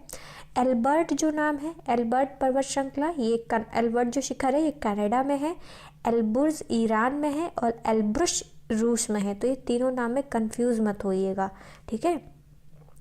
और नेक्स्ट आ जाता है यहाँ पे स्पेन। स्पेन में पर्वत श्रृंखला जो है वो है सियरा नेवादा और कैंटाब्रियन पर्वत और आइबेरियन प्रायद्वीप, तो ये स्पेन के हैं। और यहाँ पे पठार कौन से हैं, यहाँ पे मेसोट्टा का पठार है जो कि स्पेन और पुर्तगाल से है, ठीक है। और बुल्गारिया में हाँ बाल्कन पर्वत भी हैं और ग्रीस में पिंडस पर्वत है। घास भूमियों की बात करें तो यहाँ पे स्टेपी घास भूमि है जो कि यूक्रेन और रूस में स्थित है। पुष्टाज हंगरी में है, ये 2024 में पुष्टाज वाला पूछा गया है। और यहाँ पे आर्कटिक सर्किल जो है वो फिनलैंड, नॉर्वे, स्वीडन, रूस, आइसलैंड, मतलब देखो अगर हम उसकी बात करते हैं सिर्फ यूरोप की, तो यूरोप में फिनलैंड, नॉर्वे, स्वीडन से गुजरता है। बाकी अगर ओवरऑल बात कर ली जाए तो ये रूस, आइसलैंड, डेनमार्क और कनाडा, इन सभी जगहों से भी गुजरता है, ठीक है। नेक्स्ट है यहाँ के ज्वालामुखी। तो यहाँ पे जो सबसे फेमस ज्वालामुखी है वो है स्ट्राम्बोली, ये इटली का ज्वालामुखी है और इसको भूमध्य सागर का प्रकाश स्तंभ भी कहा जाता है। एटना ज्वालामुखी ये सिसिली प्रायद्वीप पे है और ये इटली का है, ठीक है। तो एटना जो है एटना माउंटेन भी है और एटना ज्वालामुखी भी है। ये सिसिली द्वीप पे है और सिसिली द्वीप किसका है, इटली का है। तो अगर एटना लिखा हो तो अगर सिसिली लिखा हो तो भी सही है और इटली लिखा हो तो भी सही है। वेसुवियस माउंटेन इटली में है। हेक्ला और लॉकी जो ज्वालामुखी हैं ये आइसलैंड में है। नदियों की बात की जाए तो यहाँ पे टेम्स नदी है जिसको इंग्लैंड की गंगा बोला जाता है। ये उत्तरी सागर में जाके गिर जाती है, ठीक है। तो इंग्लैंड जो है पूरा लंदन जो बोलते हैं कि लंदन कौन सी नदी पे बसा है, तो वो टेम्स नदी पर है, ठीक है। और डेन्यूब आ जाता है। डेन्यूब जो है इसका जो उद्गम है वो ब्लैक फॉरेस्ट से होता है। ब्लैक फॉरेस्ट माउंटेन जर्मनी में है, ठीक है। और इसका जो मतलब ये गिरती कहाँ पे जाके है, ये काला सागर में जाके गिर जाती है और ये सेकंड लार्जेस्ट है। और ये जो डेन्यूब नदी है ये 4 देशों की राजधानी से निकलती है, ठीक है। मैंने पहले यहाँ पे 5 लिख दिया था बट थोड़ा ध्यान दिया तो उसमें रोमानिया से गुजरती नहीं है, मतलब उस कंट्री में तो है बट अगर रोमानिया राजधानी की बात की जाए तो डेन्यूब रिवर वहाँ से नहीं गुजरती है। अब ठीक है, ये ऑस्ट्रिया की राजधानी वियना इसी पे स्थित है, डेन्यूब नदी पे, ठीक है। ब्राटिस्लावा जो है स्लोवाकिया की राजधानी है, ये भी उसी नदी पर है। बुडापेस्ट जो कि हंगरी की राजधानी है और बेलग्रेड जो कि सर्बिया की राजधानी है, ये सभी डेन्यूब नदी पर हैं, ठीक है। नेक्स्ट है राइन नदी। राइन नदी का क्वेश्चन आरओ के 2023 वाले पेपर में पूछा गया है। तो ये यूरोप का सबसे व्यस्ततम आंतरिक जलमार्ग बनाती है और इसको कोयला नदी भी कहते हैं। और जो बार्न शहर है जर्मनी का वो राइन नदी पर ही है और राइन नदी पर ही रॉटरडैम है जो कि नीदरलैंड में है। और जर्मनी, नीदरलैंड और स्विट्ज़रलैंड इन सभी देशों में इस नदी का प्रवाह है और ये नदी नॉर्थ सी में जाके गिर जाती है और इसका उद्गम आल्प्स पर्वत श्रृंखला से होता है। नेक्स्ट है वोल्गा नदी, ये कैस्पियन सागर में जाके गिर जाती है और यूरोप की सबसे लंबी नदी है।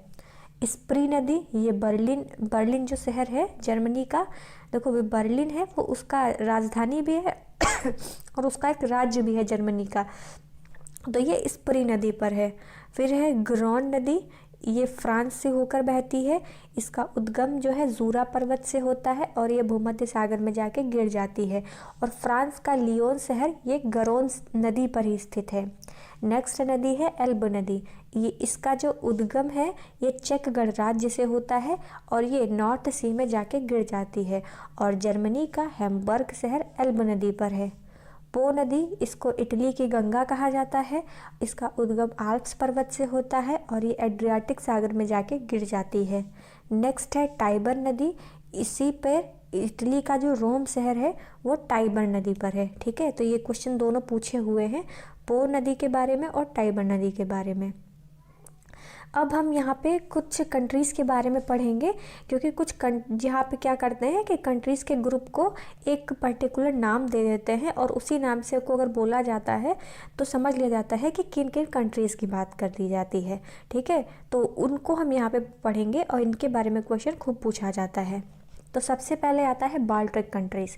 बाल्टिक कंट्रीज़ में कौन कौन शामिल है? बाल्टिक कंट्रीज़ में एस्टोनिया शामिल है, लाटविया शामिल है और लिथुआनिया शामिल है। एस्टोनिया की राजधानी ताल्लिन है, लाटविया की राजधानी रीगा है और लिथुआनिया की राजधानी विल्नियस है।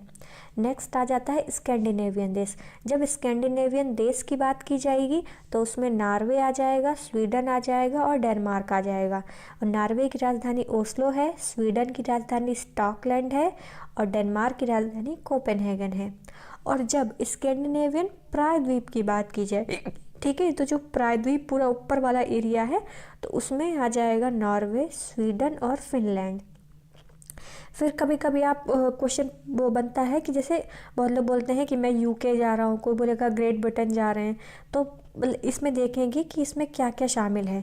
तो जब यूनाइटेड किंगडम बोला जाता है तो उसके अंदर इंग्लैंड, स्कॉटलैंड, वेल्स और उत्तरी आयरलैंड सब शामिल हो जाता है। ठीक है, तो आयरलैंड की राजधानी है डबलिन, ये 2024 में पूछा गया है तो ये याद रखिएगा। वेल्स की राजधानी है कार्डिफ, स्टॉकलैंड की राजधानी है एडिनबर्ग। ठीक है, और ग्रेट ब्रिटेन के अंदर इंग्लैंड शामिल हो जाता है, स्कॉटलैंड शामिल हो जाता है, वेल्स शामिल हो जाता है, यानी कि उत्तरी आयरलैंड इसमें शामिल नहीं होता है। और अगर ग्रेट ब्रिटेन में ही हम उत्तरी आयरलैंड को शामिल कर लेंगे तो वो पूरा यूनाइटेड किंगडम हो जाता है। ठीक है, और बेनेलेक्स कंट्री के बारे में पूछते हैं तो बेनेलेक्स कंट्री में है बेल्जियम, नीदरलैंड और लग्जमबर्ग। तो ये तीनों कंट्री यानी बेल्जियम, नीदरलैंड और लग्जमबर्ग, इन तीनों को बेनेलेक्स कंट्री बोलते हैं। नेक्स्ट है नॉर्डिक कंट्री। ये नॉर्डिक कंट्री कौन कौन सी आ जाती हैं? नॉर्डिक कंट्री के अंतर्गत नॉर्वे शामिल है जिसकी राजधानी ओस्लो है, डेनमार्क जिसकी राजधानी कोपेनहेगन है, आइसलैंड जिसकी राजधानी रेकयाविक है, स्वीडन इसकी राजधानी स्टॉकहोम है, फिनलैंड इसकी राजधानी हेलसिंकी है और इसी के अंदर फैरो द्वीप भी आ जाता है जो कि डेनमार्क द्वारा शासित है। नेक्स्ट है बाल्कन देश। बाल्कन देश कौन कौन से हैं ये आरओ में पूछा हुआ है। तो बाल्कन देशों के अंतर्गत सर्बिया आता है, इसकी राजधानी बेलग्रेड है। बुल्गारिया, बुल्गारिया की राजधानी सोफिया है। क्रोएशिया, क्रोएशिया की राजधानी जाग्रेब है। अल्बानिया की राजधानी तिराना है। कोसोवो की राजधानी प्रिस्टीना है। मोंटेनेग्रो की राजधानी पॉडगोरिका है। रोमानिया की राजधानी बुखारेस्ट है। स्लोवानिया की राजधानी लजुब्लिजाना है। ग्रीस की राजधानी एथेंस है और बोस्निया हर्जेगोविना की राजधानी साराजेवो है। ठीक है, तो ये बाल्कन कंट्रीज़ की बात आ जाती है। कुछ छोटे छोटे से भी यहाँ पे देश हैं जिनके बारे में हम पढ़ेंगे क्योंकि है बहुत ही छोटे लेकिन बहुत काम के हैं, जिसमें पहला देश है लग्जमबर्ग। लग्जमबर्ग देश जो है वो फ्रांस, बेल्जियम और जर्मनी, अगर आप तीनों कंट्रीज़ देखेंगे तो इनके बीच में एकदम छुटकू सा डॉट की तरीके से ये देश है लग्जमबर्ग। लिचेस्टीन ये ऑस्ट्रिया और स्विट्ज़रलैंड के बीच में एकदम छुटकू सा है। माल्टा जो है वो एक छोटा सा आइलैंड है भूमध्य सागर में। मोनाको द्वीप है, ये भूमध्य सागर का है, ये फ्रांस में है। अंडोरा एक कंट्री है, वो स्पेन और फ्रांस के बीच में है। तो अगर आप उसकी रेखा देखेंगे एटलस में तो उसके बीच में एकदम डॉट जैसे पेन की अगर नोक रख दो तो जितना छोटा डॉट बनता है उतना बड़ा देश है। मतलब हमारे हिसाब से तो डॉट भर का है पर है मतलब भर का, वो इतना बड़ा ये देश है अंडोरा। और भूमध्य सागर, ठीक है, ये क्वेश्चन पूछा हुआ है इसका क्रोनोलॉजी का। तो अगर हम क्रोनोलॉजी देखेंगे तो सबसे पहले भूमध्य सागर हमारा पड़ता है। भूमध्य सागर से थोड़ा आगे बढ़ेंगे तो काला सागर पड़ेगा, फिर कैस्पियन सागर पड़ता है, अरब सागर पड़ता है। तो यारो 26 का क्वेश्चन पूछा हुआ तो यहाँ पे लिख दिया था मैंने। मोल्डोवा, मोल्डोवा भी एक छोटू सा देश है, ये यूक्रेन और रोमानिया के बीच में है। अब यहाँ पे कुछ रेखाओं के नाम बहुत प्रचलित हैं तो इनके बारे में पूछा जाता है। तो यहाँ पे एक हिंडनबर्ग रेखा है, ये जर्मनी और पोलैंड के बीच में है। मेनरहीम रेखा रूस और फिनलैंड के बीच में है। मैगिनाट रेखा जर्मनी और फ्रांस के बीच में है। ऑर्डरनीसे जो रेखा है वो पूर्वी जर्मनी और पोलैंड के बीच में है और यहाँ पे ऑर्डर नाम की एक नदी भी बहती है। बांध यहाँ पे देखे जाएं तो एक नूरेक बांध है, ये बक्स नदी पर है जो कि रूस में है। बेजोंट बांध इटली में है। नेक्स्ट है यहाँ पे कौन कौन सी झील है। तो रूस में झील पाई जाती हैं, जो कि सबसे गहरी झील है बैकाल, ओनेगा और लडोगा, ये तीनों झीलें रूस में पाई जाती हैं। यहाँ पे जलप्रपात की बात की जाए तो फ्रांस में एक जलप्रपात है गैवॉन, स्विट्ज़रलैंड में जलप्रपात है रिचनबर्ग और राइन, और आइसलैंड में एक जलप्रपात है गल्फोस। ठीक है, और यहाँ पे ये एक जैसे क्वेश्चन पूछा जाता है कि जो काला सागर है उनसे जुड़ी हुई कौन कौन सी कंट्रीज़ हैं, मतलब काला सागर की जो सीमा है कौन कौन से देशों से लगी हुई है। तो इसका ट्रिक है दा बर्गर। ठीक है, दा से आ जाएगा, टी से आ जाएगा टर्की, बी से बुल्गारिया, यू से यूक्रेन, आर से रोमानिया और जी से जॉर्जिया, ई आर से आ जाएगा रूस। ठीक है, तो ये आप इतना इसका याद रख लीजिएगा। और ऐसा ही एक बार पूछा जाता है कैस्पियन सागर से कौन कौन जुड़ता है, तो इसको याद करने का ट्रिक है तारिक। टी से आ जाएगा तुर्कमेनिस्तान, ए से अजरबैजान, आर से रशिया, आई से ईरान और के से कजाकिस्तान। ठीक है, तो ये तारिक जो कोड है वो कैस्पियन सागर का है और दा बर्गर जो कोड है वो काला सागर का है। स्थानीय पवनों की बात की जाए तो यहाँ पे एक हवा बहती है ट्रेमोंटन, ये मध्य यूरोप में बहती है, इसका नाम वहाँ पे मतलब ट्रेमोंटन है। अयाला हवा फ्रांस में है। सोलोने जो बोला जाता है हवा का नाम, ये दक्षिण पूर्व स्पेन में है। फान स्विट्ज़रलैंड में है और स्विट्ज़रलैंड में बहती है आल्प्स पर्वत श्रृंखला से। मिस्ट्रल हवा फ्रांस और स्पेन में बहती है और रोन घाटी से होके, ये क्वेश्चन पूछा हुआ है 2019 में। बोरा जो वो है स्थानीय पवन, ये बहती है इटली और यूगोस्लाविया में। ब्लिजर्ड बहती है साइबेरिया में। जूरॉन बहती है जूरा पर्वत में। मेस्ट्रो बहती है भूमध्य सागरीय क्षेत्र में। पोनंत बहती है फ्रांस में। बाइस बहती है फ्रांस में और लेवांटर और लेवश भी स्पेन में बहती हैं। नेक्स्ट आ जाते हैं इसके खनिज संसाधनों के बारे में। तो खनिज संसाधनों की बात की जाए तो सबसे पहले आ जाता है लौह अयस्क। तो यहाँ पे लोहा जो पाया जाता है वो यूक्रेन के क्रिवोय रॉक में पाया जाता है। ये देखिए सब आरओ और पीसीएस के क्वेश्चन पूछे हुए हैं। ठीक है, रूस में लोहा कहाँ कहाँ पाया जाता है, तो रूस में लोहा तुला, मैग्नीटोगॉक्स और कुजनेट्स में पाया जाता है। स्वीडन के किरूना में पाया जाता है। जर्मनी के एजेन और ग्लेविट्स में पाया जाता है। ग्रेट ब्रिटेन के बेलफास्ट और मिडलैंड में पाया जाता है।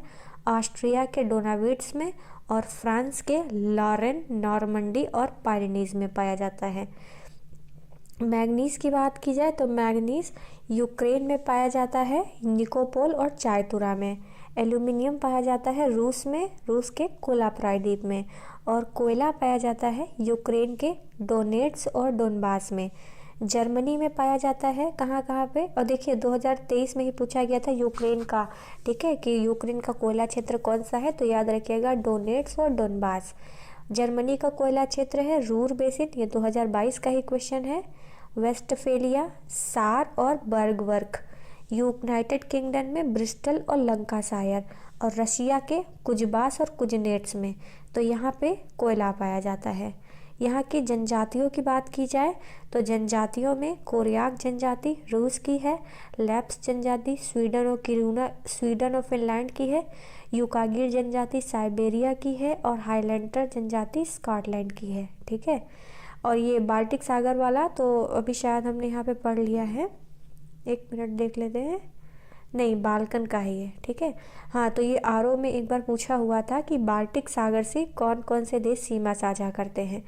तो बाल्टिक सागर के लिए जो पूरा तट है तो ये बहुत सारे देशों से लगा हुआ है। तो इसका एक ट्रिक है, फेल इनटू रशिया, जीडीपी बढ़ी स्वीडन की।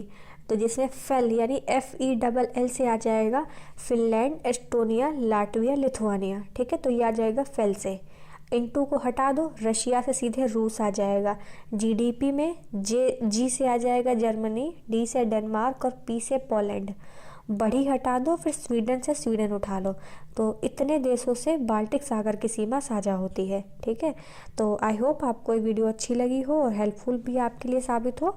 तो प्लीज़ चैनल को लाइक कर दीजिएगा और सब्सक्राइब भी कर दीजिएगा। नेक्स्ट हम अपना एशिया पढ़ लेंगे। ठीक है, thank you so much. Welcome to my channel UPPCS glory. आज हम इस वीडियो में अफ्रीका कॉन्टिनेंट को करने वाले हैं। इससे पहले ऑस्ट्रेलिया, साउथ अमेरिका और नॉर्थ अमेरिका हो चुका है। आज फोर्थ कॉन्टिनेंट है जो कि अफ्रीका है। चलिए अब हम इसको स्टार्ट करते हैं। सबसे पहले हम अफ्रीका को क्या करेंगे, पार्ट वाइज डिवाइड कर लेंगे, क्योंकि बहुत बड़ा है और पर्टिकुलर एक एक कंट्री को उठा के तो पढ़ना पॉसिबल नहीं रहेगा। तो हम पार्ट वाइज इसको पढ़ेंगे, जैसे नॉर्थ टू साउथ और वेस्ट टू ईस्ट, ये सब चीज़ें करके तो हमको एक आइडिया बनता रहेगा रफली कि कौन से कंट्री कहाँ पे है। ठीक है, तो हम इसको पार्ट P1 है, यहाँ पे पढ़ेंगे पश्चिम से पूर्व की तरफ। ठीक है, तो ये पश्चिम साइड से पूर्व की तरफ जो इस तरीके से बने हुए हैं जितने कंट्रीज़ हैं वो हम देखेंगे। और यहाँ पे एक डायग्राम के थ्रू मैंने दर्शाया भी है कि कौन सी कंट्री किस पोजीशन में कैसे है। ठीक है, तो सबसे पहले कंट्री है पश्चिमी सहारा, इसकी कैपिटल है लायूने। नेक्स्ट है मोरक्को, इसकी कैपिटल है रबात। अल्जीरिया की कैपिटल है अल्जियर्स। ट्यूनीशिया की ट्यूनिस। लीबिया की ट्रिपोली। मिस्र की काहिरा। सूडान की खार्तूम और दक्षिण सूडान की जुबा। ठीक है, और अब इसमें हम थोड़ा सा ये ध्यान रखेंगे कि जो इतनी ये कंट्रीज़ हैं इसमें से ये मोरक्को से लेके जो मिस्र तक की जो कंट्रीज़ हैं ये भूमध्य सागर से अपनी सीमा साझा करती हैं। तो ये क्वेश्चन पूछा जा सकता है और पूछा गया भी है कि भूमध्य रेखा से कौन कौन से सागर वो देश अपनी सीमा साझा करते हैं, जिसमें मोरक्को, अल्जीरिया, ट्यूनीशिया, लीबिया और मिस्र हैं, जिसको हम मेटल कोड वर्ड से याद करेंगे। ठीक है, और ये जो सूडान है, सूडान की राजधानी है खार्तूम। खार्तूम जो शहर है वो ब्लू नील और वाइट नील जो दोनों नदियां हैं उनके संगम पर बना हुआ है। ठीक, और इन सभी देशों में जो दक्षिणी सूडान है ये सिर्फ लैंडलॉक्ड है, तो ये चीज़ इतना ध्यान रखिएगा। नेक्स्ट हम आते हैं हॉर्न ऑफ अफ्रीका पे। ठीक है, इसको P2 से डिवाइड किया है और देखिए एक हॉर्न के तरीके से बना हुआ है।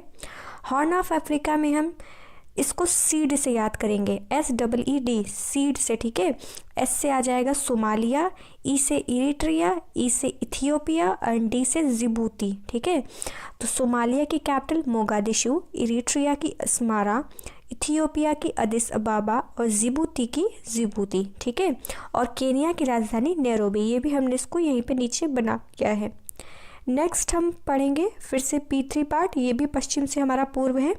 जो आपने देखा होगा कोस्टल रीजन एकदम जब ऐसे पूरा ये बना होता है इस तरीके से, तो यहाँ वाले एरिया के जितने हैं वो हम यहाँ पे पढ़ने वाले हैं। ठीक है, तो इसमें सबसे पहले हम स्टार्ट करेंगे मॉरिटानिया से। ठीक है, तो यहाँ से स्टार्ट होगा। मॉरिटानिया की कैपिटल है नोआकशाट। माली की बमाको, नाइजर की नियामे और चाड की एंजामिना। ठीक है, तो इसमें माली, नाइजर और चाड ये तीनों क्या है, लैंडलॉक्ड है। ठीक, ये भी थोड़ा साथ में साथ देख रहिएगा, और जब पढ़ा करिए आप लोग मैपिंग के नोट्स को तो साथ में अपना एटलस ज़रूर रख के बैठा करिए। ठीक है, नेक्स्ट है सेनेगल, इसकी कैपिटल है डकार। गैम्बिया की है बांसुल। गिनी बिसाऊ की बिसाऊ। गिनी की क्रोनाकी।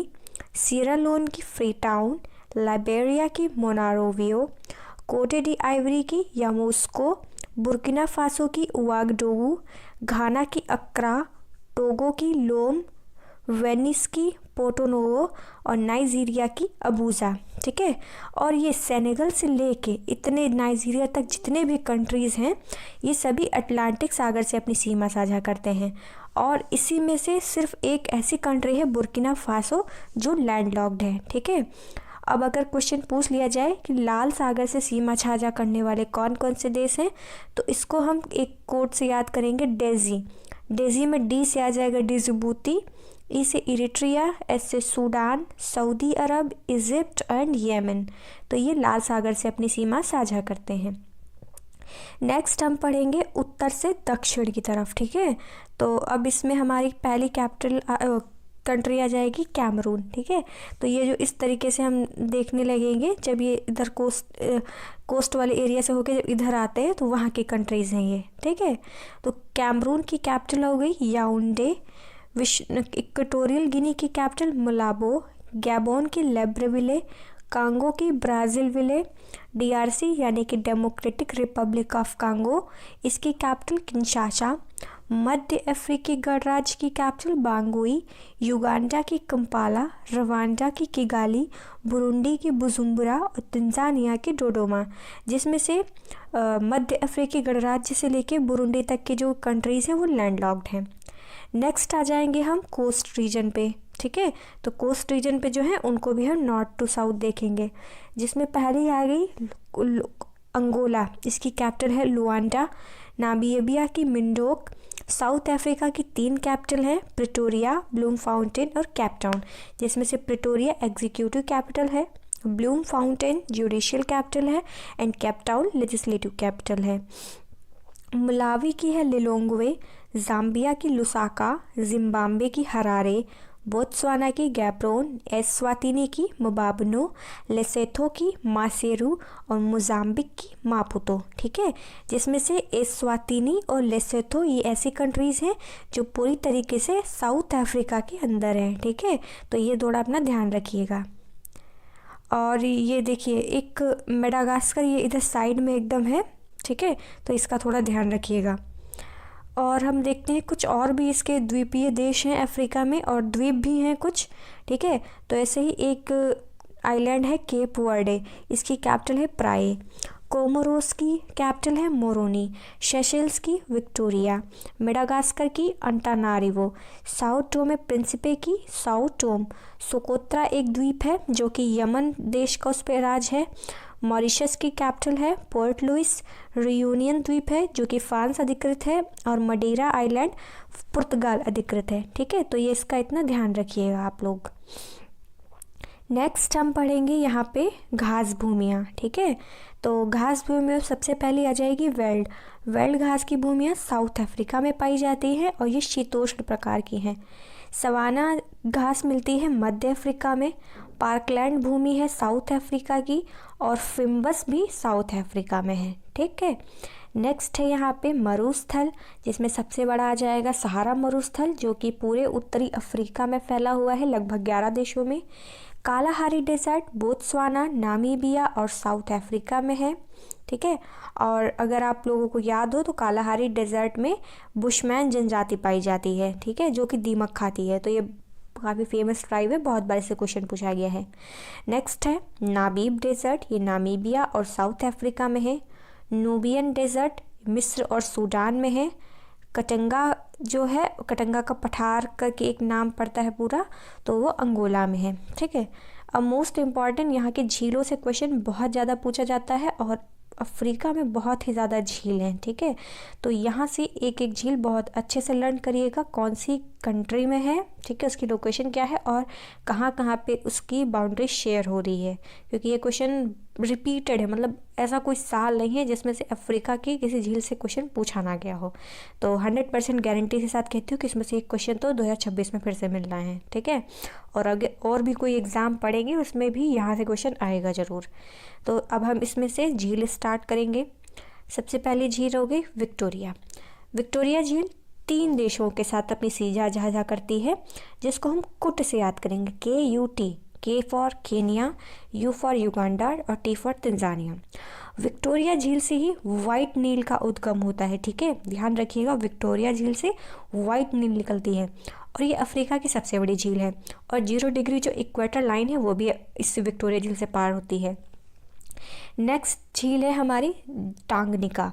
टांगनिका झील है, इसको JJTB से लर्न करेंगे, क्योंकि ये 4 देशों में है। J से जाम्बिया, और J से जायरे, T से तंजानिया और B से बुरुंडी। और ये सबसे लंबी झील है, ठीक है, लंबाई इसकी सबसे ज़्यादा है। एल्बर्ट झील युगांडा और कांगो में है। रुकवा झील तंजानिया में है। क्योगा झील युगांडा में है। मलावी झील, जिसको न्याशा नाम से भी जानते हैं, ये 3 देशों में है, जिसको MMT से याद रखेंगे, मलावी, मोजाम्बिक और तंजानिया, ठीक है, ये भी रिफ्ट घाटी की है। नेक्स्ट है करीबा झील, ये जाम्बिया और जिम्बाब्वे में है, और करीबा झील यहीं पे एक जाम्बेजी नदी भी बहती है। नेक्स्ट है तुर्काना झील, ये केनिया में है। मवेरू झील कांगो और जाम्बिया में है। चिल्वा झील तंजानिया, मोजाम्बिक और मलावी में है। लेक ताना और अबाया ये दोनों झील इथियोपिया में है। लेक असल जिबूती में है। लेक वोल्टा घाना में है। ठीक है, लेक वोल्टा कहाँ है? घाना में है। किवू झील रवांडा और जायरे में है। नासिर झील मिस्र में है और इसी झील पे एक आसमान बांध है। चाड झील 4 देशों में है, चाड, नाइजर, कैमरून और नाइजीरिया। ठीक है, तो इतनी इम्पॉर्टेंट झील है, ज़रूर याद रखिएगा। अब हम झील का कुछ क्रम देख लेते हैं कि कौन सबसे बड़ी है, कौन छोटी। तो अगर अफ्रीका की झीलों की बात की जाए तो सबसे बड़ी झील आ जाएगी विक्टोरिया, देन सेकंड हाईएस्ट है इसमें टांगनिका, थर्ड मलावी, फोर्थ है वोल्टा एंड फिफ्थ है तुर्काना। और विश्व में अगर क्षेत्रफल की बात की जाए तो पूरे विश्व में क्षेत्रफल के हिसाब से सबसे बड़ी झील कैस्पियन है, सेकंड नंबर पे सुपीरियर है, थर्ड पे विक्टोरिया है, फोर्थ पे हुरान है and the fifth one is Michigan. और इसी क्रम में अगर हम गहराई की बात कर ले कि सबसे गहरी झील कौन सी है, तो विश्व में सबसे गहरी झील है बैकाल, सेकंड नंबर है टांगनिका, उसके बाद आती है कैस्पियन और सबसे लास्ट में आती है वोस्टोक झील। ठीक है, तो यह गहराई के क्रम इनका है। अब हम यहाँ पे देखेंगे पोर्ट सईद के बारे में। पोर्ट सईद जो है ये मिस्र में है और यहाँ पे एक क्वेश्चन पूछा हुआ है, इनका क्रोनोलॉजी मतलब इनका क्रम पूछा था इन झीलों का। तो पोर्ट सईद मिस्र के पास में जो है, ठीक है, यहाँ पे 4 झीलें इसमें मिलती हैं, लेक मंजिला, लेक टिम्सा, ग्रेट बिटर और लिटिल बियर। ठीक है, तो ये 4 झीलें हैं, इनका क्रम पूछा हुआ है। अब यहाँ पे हम पढ़ेंगे इनके माउंटेन्स और इनके वो ज्वालामुखी हो गए, ये सब जितने वोल्केनो हैं और माउंटेन रेंजेस हैं उनका सबका नाम हम एक साथ पढ़ लेंगे। ठीक है, माउंट कैमरून में है, माउंट किलिमंजारो तंजानिया में है और ये अफ्रीका की सबसे हाईएस्ट पीक है माउंट किलिमंजारो, जो कि केनिया में आती है। ठीक है, तो मतलब केनिया तंजानिया उसी पूरे बॉर्डर पे आ जाती है। ठीक है, और माउंट केनिया में है, माउंट एटलस ये मोरक्को में है और माउंट एटलस की जो सर्वोच्च शिखर है वो टॉबकाल है। ड्रैंकिंसबर्ग पर्वत साउथ अफ्रीका में है और इसकी सर्वोच्च चोटी है दवाना एंटेले न्यासा। हागर पर्वत अल्जीरिया में है, स्टैनली पर्वत युगांडा में है और तिबेस्ती माउंटेन लीबिया और चाड में है। नेक्स्ट हम यहाँ की ट्राइब के बारे में पढ़ेंगे। ट्राइब में सबसे पहले टेडा जनजाति लीबिया में है, बेजा जनजाति मिस्र में है, पिग्मी कांगो बेसिन में है, बंतु भूमध्य रेखा क्षेत्र के में पाई जाती है, फुलानू और जुली पश्चिमी अफ्रीका में है, मसाई ट्राइब केनिया में है, नुब्रा सूडान में है, बुशमैन बोत्सवाना में है। ठीक है, जो कि कालाहारी डेजर्ट में मिलते हैं। योरूब नाइजीरिया बेनिन और टोगो में पाई जाती है। इंकांथा और जुलू दक्षिण अफ्रीका में है और सोमोलो टाइप बुर्किना फासो में है। तो ये हमारी सारी ट्राइब हो गई। नेक्स्ट हम पढ़ेंगे यहाँ पे पठार। तो पठार में सबसे पहले अबिसिनिया का पठार, ये इथियोपिया में है, मालागासी ये मेडागास्कर में है और टाडेमेट ये अल्जीरिया में है। नेक्स्ट है यहाँ पे बंदरगाह, जिसमें अलेक्जेंड्रिया का बंदरगाह मिस्र में है, मसावा का बंदरगाह इरिट्रिया में है, लागोस का बंदरगाह नाइजीरिया में है, पोर्ट सईद ये मिस्र में है, दार एस सलाम तंजानिया में है और मोम्बासा ये केनिया में है। नेक्स्ट है यहाँ पे स्थानीय पवनों के नाम। ठीक है, तो यहाँ पे जो सिराको पवन है इसको ब्लड रेन कहते हैं, क्योंकि जब ये हवा बहती है तो अपने साथ छोटे छोटे पार्टिकल्स ले आती है जो रेड कलर के होते हैं, जो बारिश के तौर पे आते हैं। तो एकदम मतलब ऐसी बारिश होती है, ऐसा लग रहा है खून बह रहा है, तो ये इसके लिए इसको ब्लड रेन भी कहते हैं और ये सहारा के उत्तरी भाग में बहती है। खमसिन जो हवा है वो मिस्र में बहती है। गिबली लीबिया में बहती है, हबूब सूडान में बहती है, हरमट्टन इसको डॉक्टर विंड कहा जाता है, ये सहारा के उत्तर पूर्व से पश्चिम में बहती है। वर्गस जो स्थानीय पवन है ये साउथ अफ्रीका में बहती है। ठीक है, तो इतनी हमारी विंड्स हो गई। नेक्स्ट हम पढ़ेंगे यहाँ पे रिवर सिस्टम के बारे में, जिसमें सबसे पहले नाइल रिवर सिस्टम में सबसे पहले नाइल। ठीक है, ये 2 नदियों से मिलकर बनती है, जिसमें वाइट नाइल आती है और ब्लू नाइल आती है। ठीक है, तो वाइट नाइल निकलती है विक्टोरिया झील से और ब्लू नाइल निकलती है लेक टाना से। ठीक है, और इसी नील नदी पर अस्वान बांध है जो कि मिस्र में है, नासिर बांध भी मिस्र में है और सुन्नार बांध सूडान में है। ठीक है, तो ये सारे बांध नील नदी पर बने हुए हैं और ये नील नदी भूमध्य सागर में जाके गिर जाती है। नेक्स्ट है कांगो रिवर, जिसको जायरे के नाम से भी जाना जाता है। इसके ऊपर स्टैनली लिविंगस्टोन जलप्रपात, ठीक है, ये दोनों जलप्रपात किस में है? कांगो नदी पर है। इनका बांध बना हुआ है और ये नदी अटलांटिक सागर में गिर जाती है और यही नदी विषुवत रेखा को 2 बार भी काटती है और अपवहन की दृष्टि से यह सबसे बड़ी है अफ्रीका के अंदर। नेक्स्ट है जाम्बेजी नदी। जाम्बेजी नदी कटिंगा के पठार से निकलती है और हिंद सागर में गिर जाती है जाके, और जाम्बेजी नदी पर विक्टोरिया जलप्रपात है। करीबा बांध है जो कि जाम्बिया देश में है और काबोरा बासा बांध भी जाम्बेजी नदी पर है। ठीक है, तो ध्यान रखिएगा विक्टोरिया जलप्रपात जाम्बेजी नदी पर है और विक्टोरिया झील अलग है। ठीक है, तो विक्टोरिया झील अलग है, विक्टोरिया जलप्रपात अलग है। ठीक है, और ये जो नदी है जाम्बिया और जिम्बाब्वे देश के बीच में सीमा भी बनाती है। नेक्स्ट है नाइजर नदी, इसको पाम ऑयल नदी भी कहते हैं। इसके ऊपर किंजी बांध है और लोमा पर्वत भी है। ठीक है, नेक्स्ट है ऑरेंज नदी, ये ड्रैंकिंसबर्ग पर्वत से निकलती है और अटलांटिक में गिरती है जाके, और साउथ अफ्रीका और नामीबिया देश के बीच में ये सीमा बनाती है। नेक्स्ट है यहाँ पे लिम्पोपो नदी। लिम्पोपो नदी मकर रेखा को 2 बार काटती है और हिंद महासागर में गिरती है। नेक्स्ट है टुगेला जलप्रपात, ये साउथ अफ्रीका में है। ठीक है, अब हम यहाँ पे पढ़ेंगे खनिज संसाधनों के बारे में कि कौन सा खनिज संसाधन कौन से क्षेत्र में पाया जाता है, जिसमें सबसे पहले आता है लौह अयस्क। ये साउथ अफ्रीका में पाया जाता है। साउथ अफ्रीका में कहाँ पे? पोस्टामबर्ग और ट्रांसवाल। तो लोकेशन याद रखिएगा, इनके नाम पे ज़रूर पूछा जाता है कि जैसे ट्रांसवाल में कौन सा तत्व सबसे ज़्यादा पाया जाता है या लौह अयस्क साउथ अफ्रीका में किस जगह पे सबसे ज़्यादा। तो इनके नाम पे लेके मैचिंग में या मिलान करने में बहुत बार पूछा गया है। ठीक है, नेक्स्ट है मैग्नीज।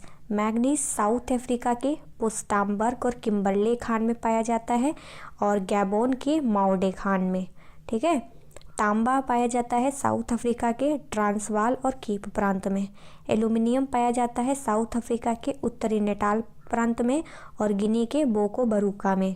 सोना पाया जाता है साउथ अफ्रीका के जोहान्सबर्ग, किम्बरले, बोंग्सबर्ग, ऑरेंज फ्री स्टेट में।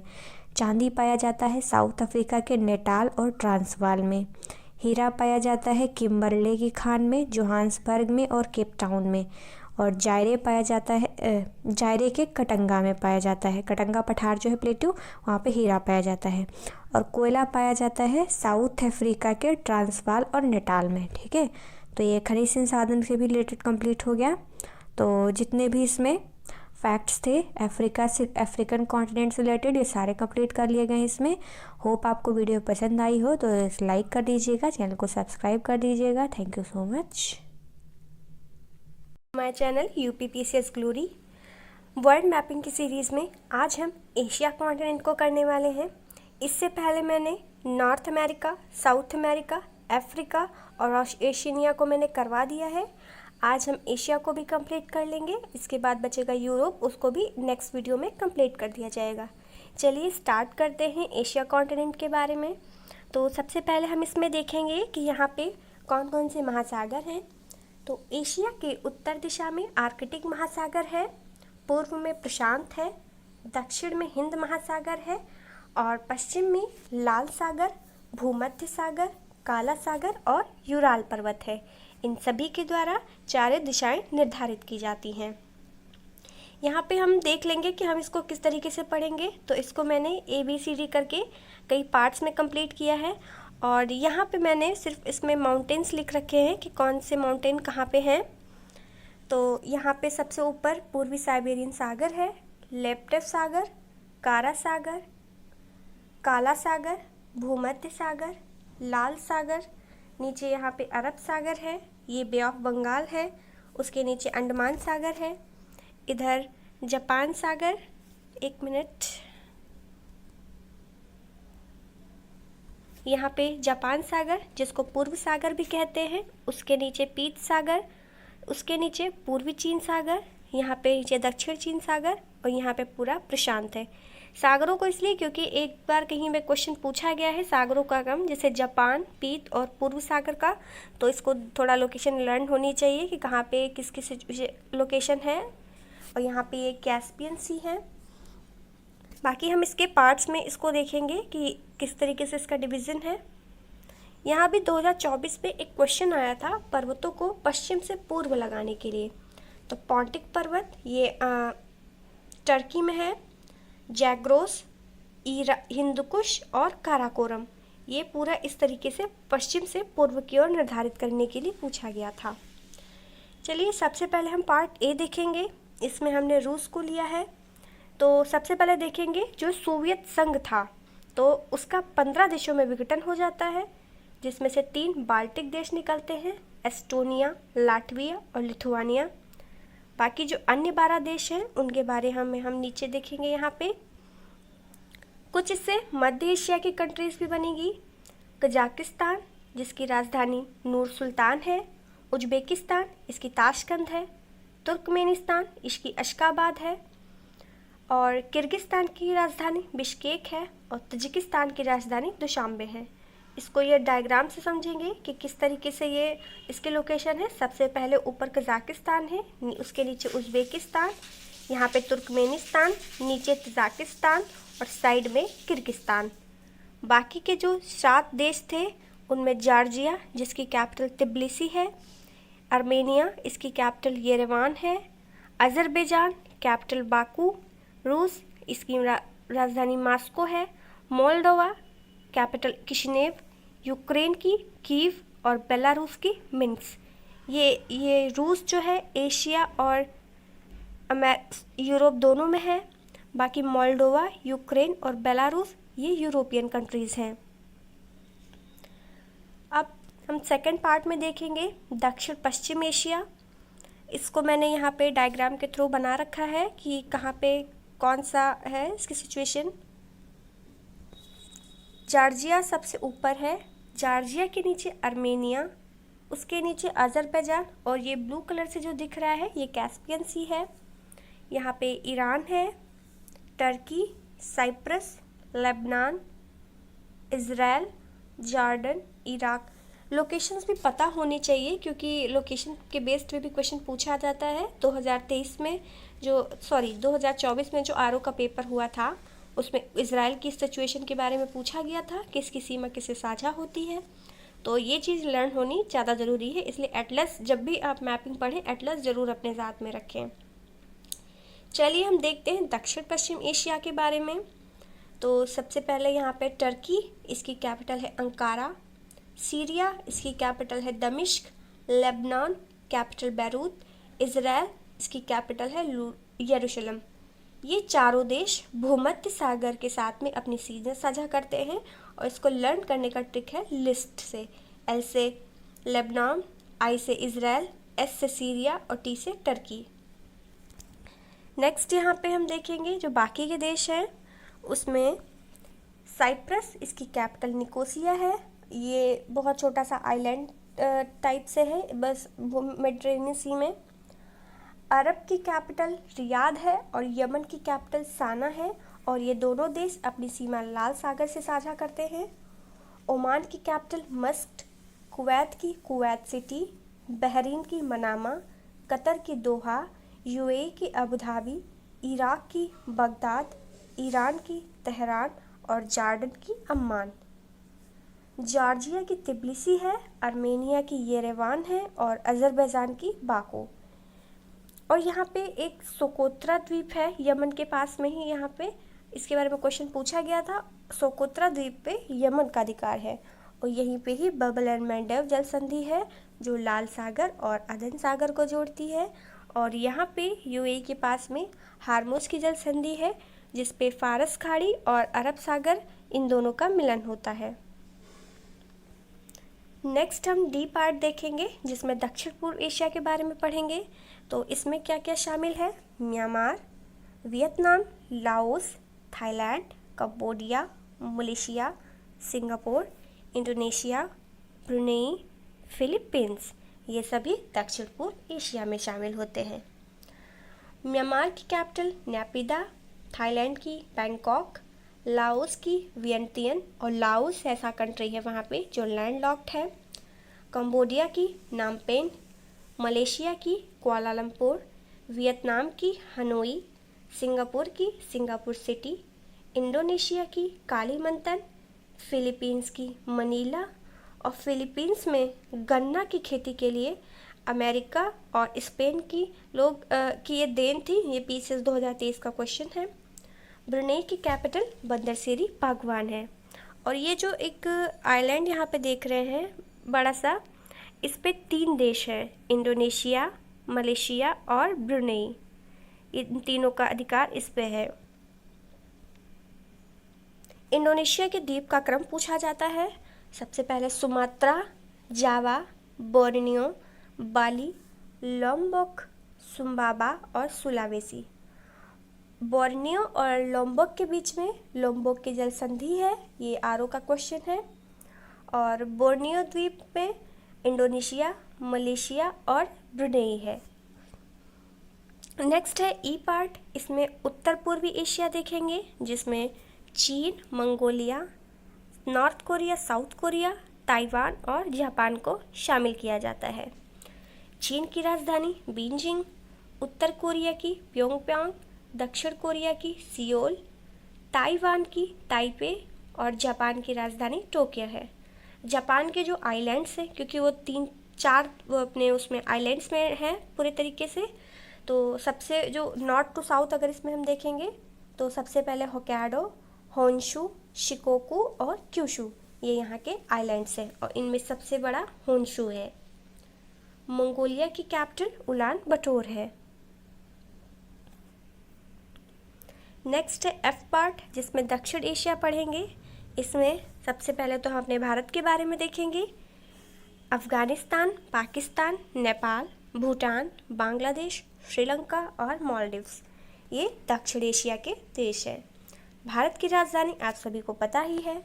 बांग्लादेश की ढाका, पाकिस्तान की इस्लामाबाद, अफ़गानिस्तान की काबुल, नेपाल की काठमांडू और शार्क का जो हेडक्वार्टर है वो काठमांडू में ही है। भूटान की थिम्पू, श्रीलंका की श्रीवरजरधनीपुरा, मालदीव की माले, ये दक्षिण एशिया के देश हैं। अब हम देखेंगे कि एशिया में कितने ज्वालामुखी पाए जाते हैं। तो सबसे पहले इंडोनेशिया से, क्योंकि बहुत सारे आइलैंड्स हैं यहाँ पे, तो ज्वालामुखी ऑब्वियस सी बात है बहुत सारे होंगे। तो इंडोनेशिया में सिनाबांग, रांग, मेरापी और क्राकाटाओ, ये यहाँ के ही इंडोनेशिया के सारे ज्वालामुखी हैं। जापान में असामा और फ्यूजियामा है। भारत में बैरन आइलैंड है, अंडमान निकोबार में, और नारकोंडम।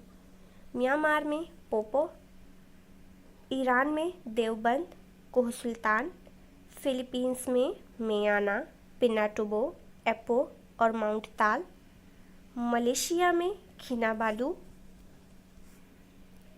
सर्वोच्च शिखर देखेंगे कि यहाँ पे कौन कौन से हैं।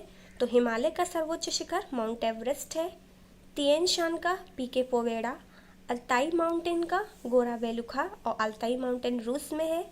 कमचटका, इसका जो शिखर है वो सोपका है, ये भी रूस में है। बरखोंग्यांस, इसका गोरस वेखुला है और ये भी रूस में है। जाग्रोस का जाडकुह है, ये ईरान में है। और एलबुर्ज देवबंद में है, ईरान में। मरुस्थल और पठार के बारे में हम पढ़ेंगे। तो जो यहाँ पे एशिया में मरुस्थल है उसमें एशिया माइनर का पठार है, टर्की में तिब्बत का पठार है, छोटा नागपुर पठार, दक्कन का पठार, यूनान का पठार और अनातोलिया का पठार। मरुस्थल भी देखेंगे, नाफूद, हमद और रबल खाली, ये तीनों सऊदी अरब में है।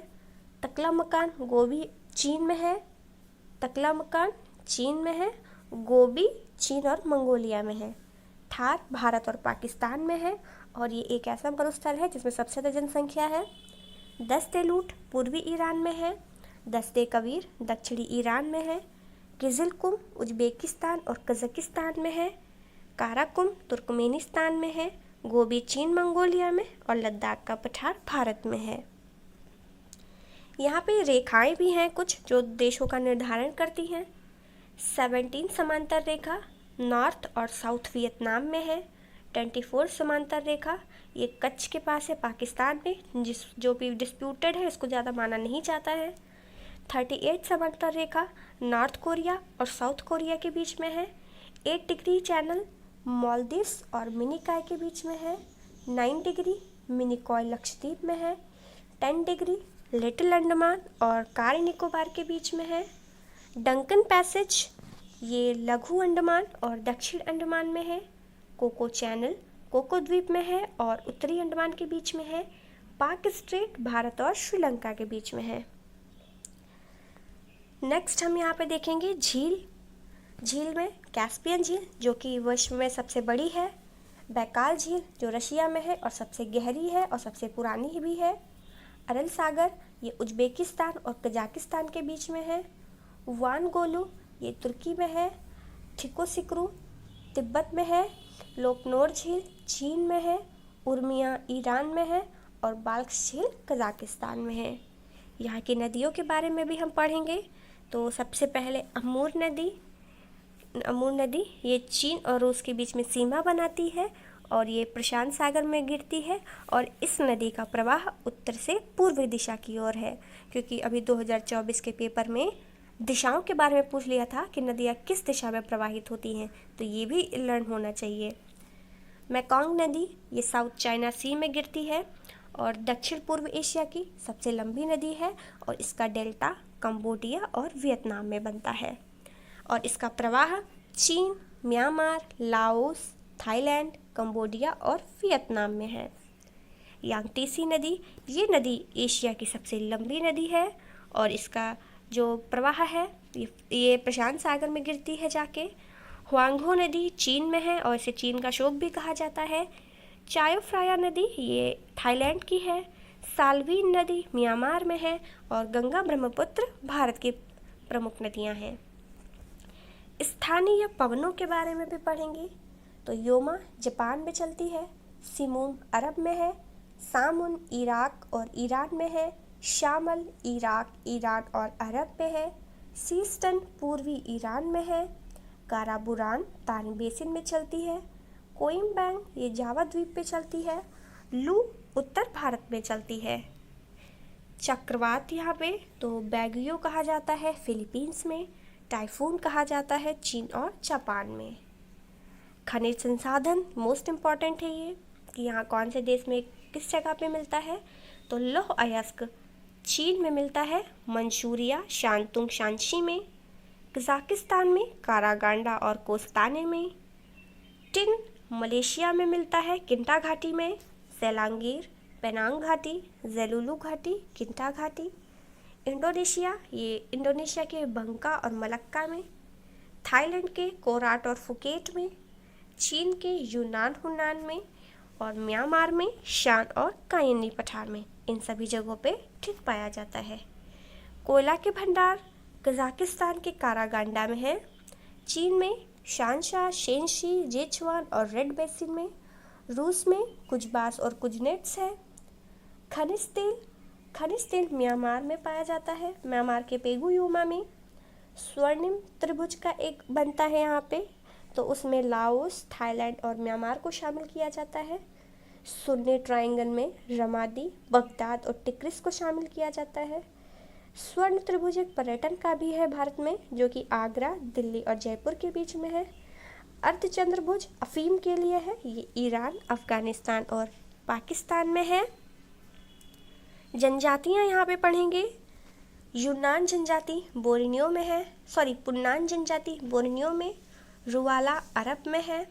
यहूदी इज़राइल में है। लुर ईरान में है। एनु जापान में है।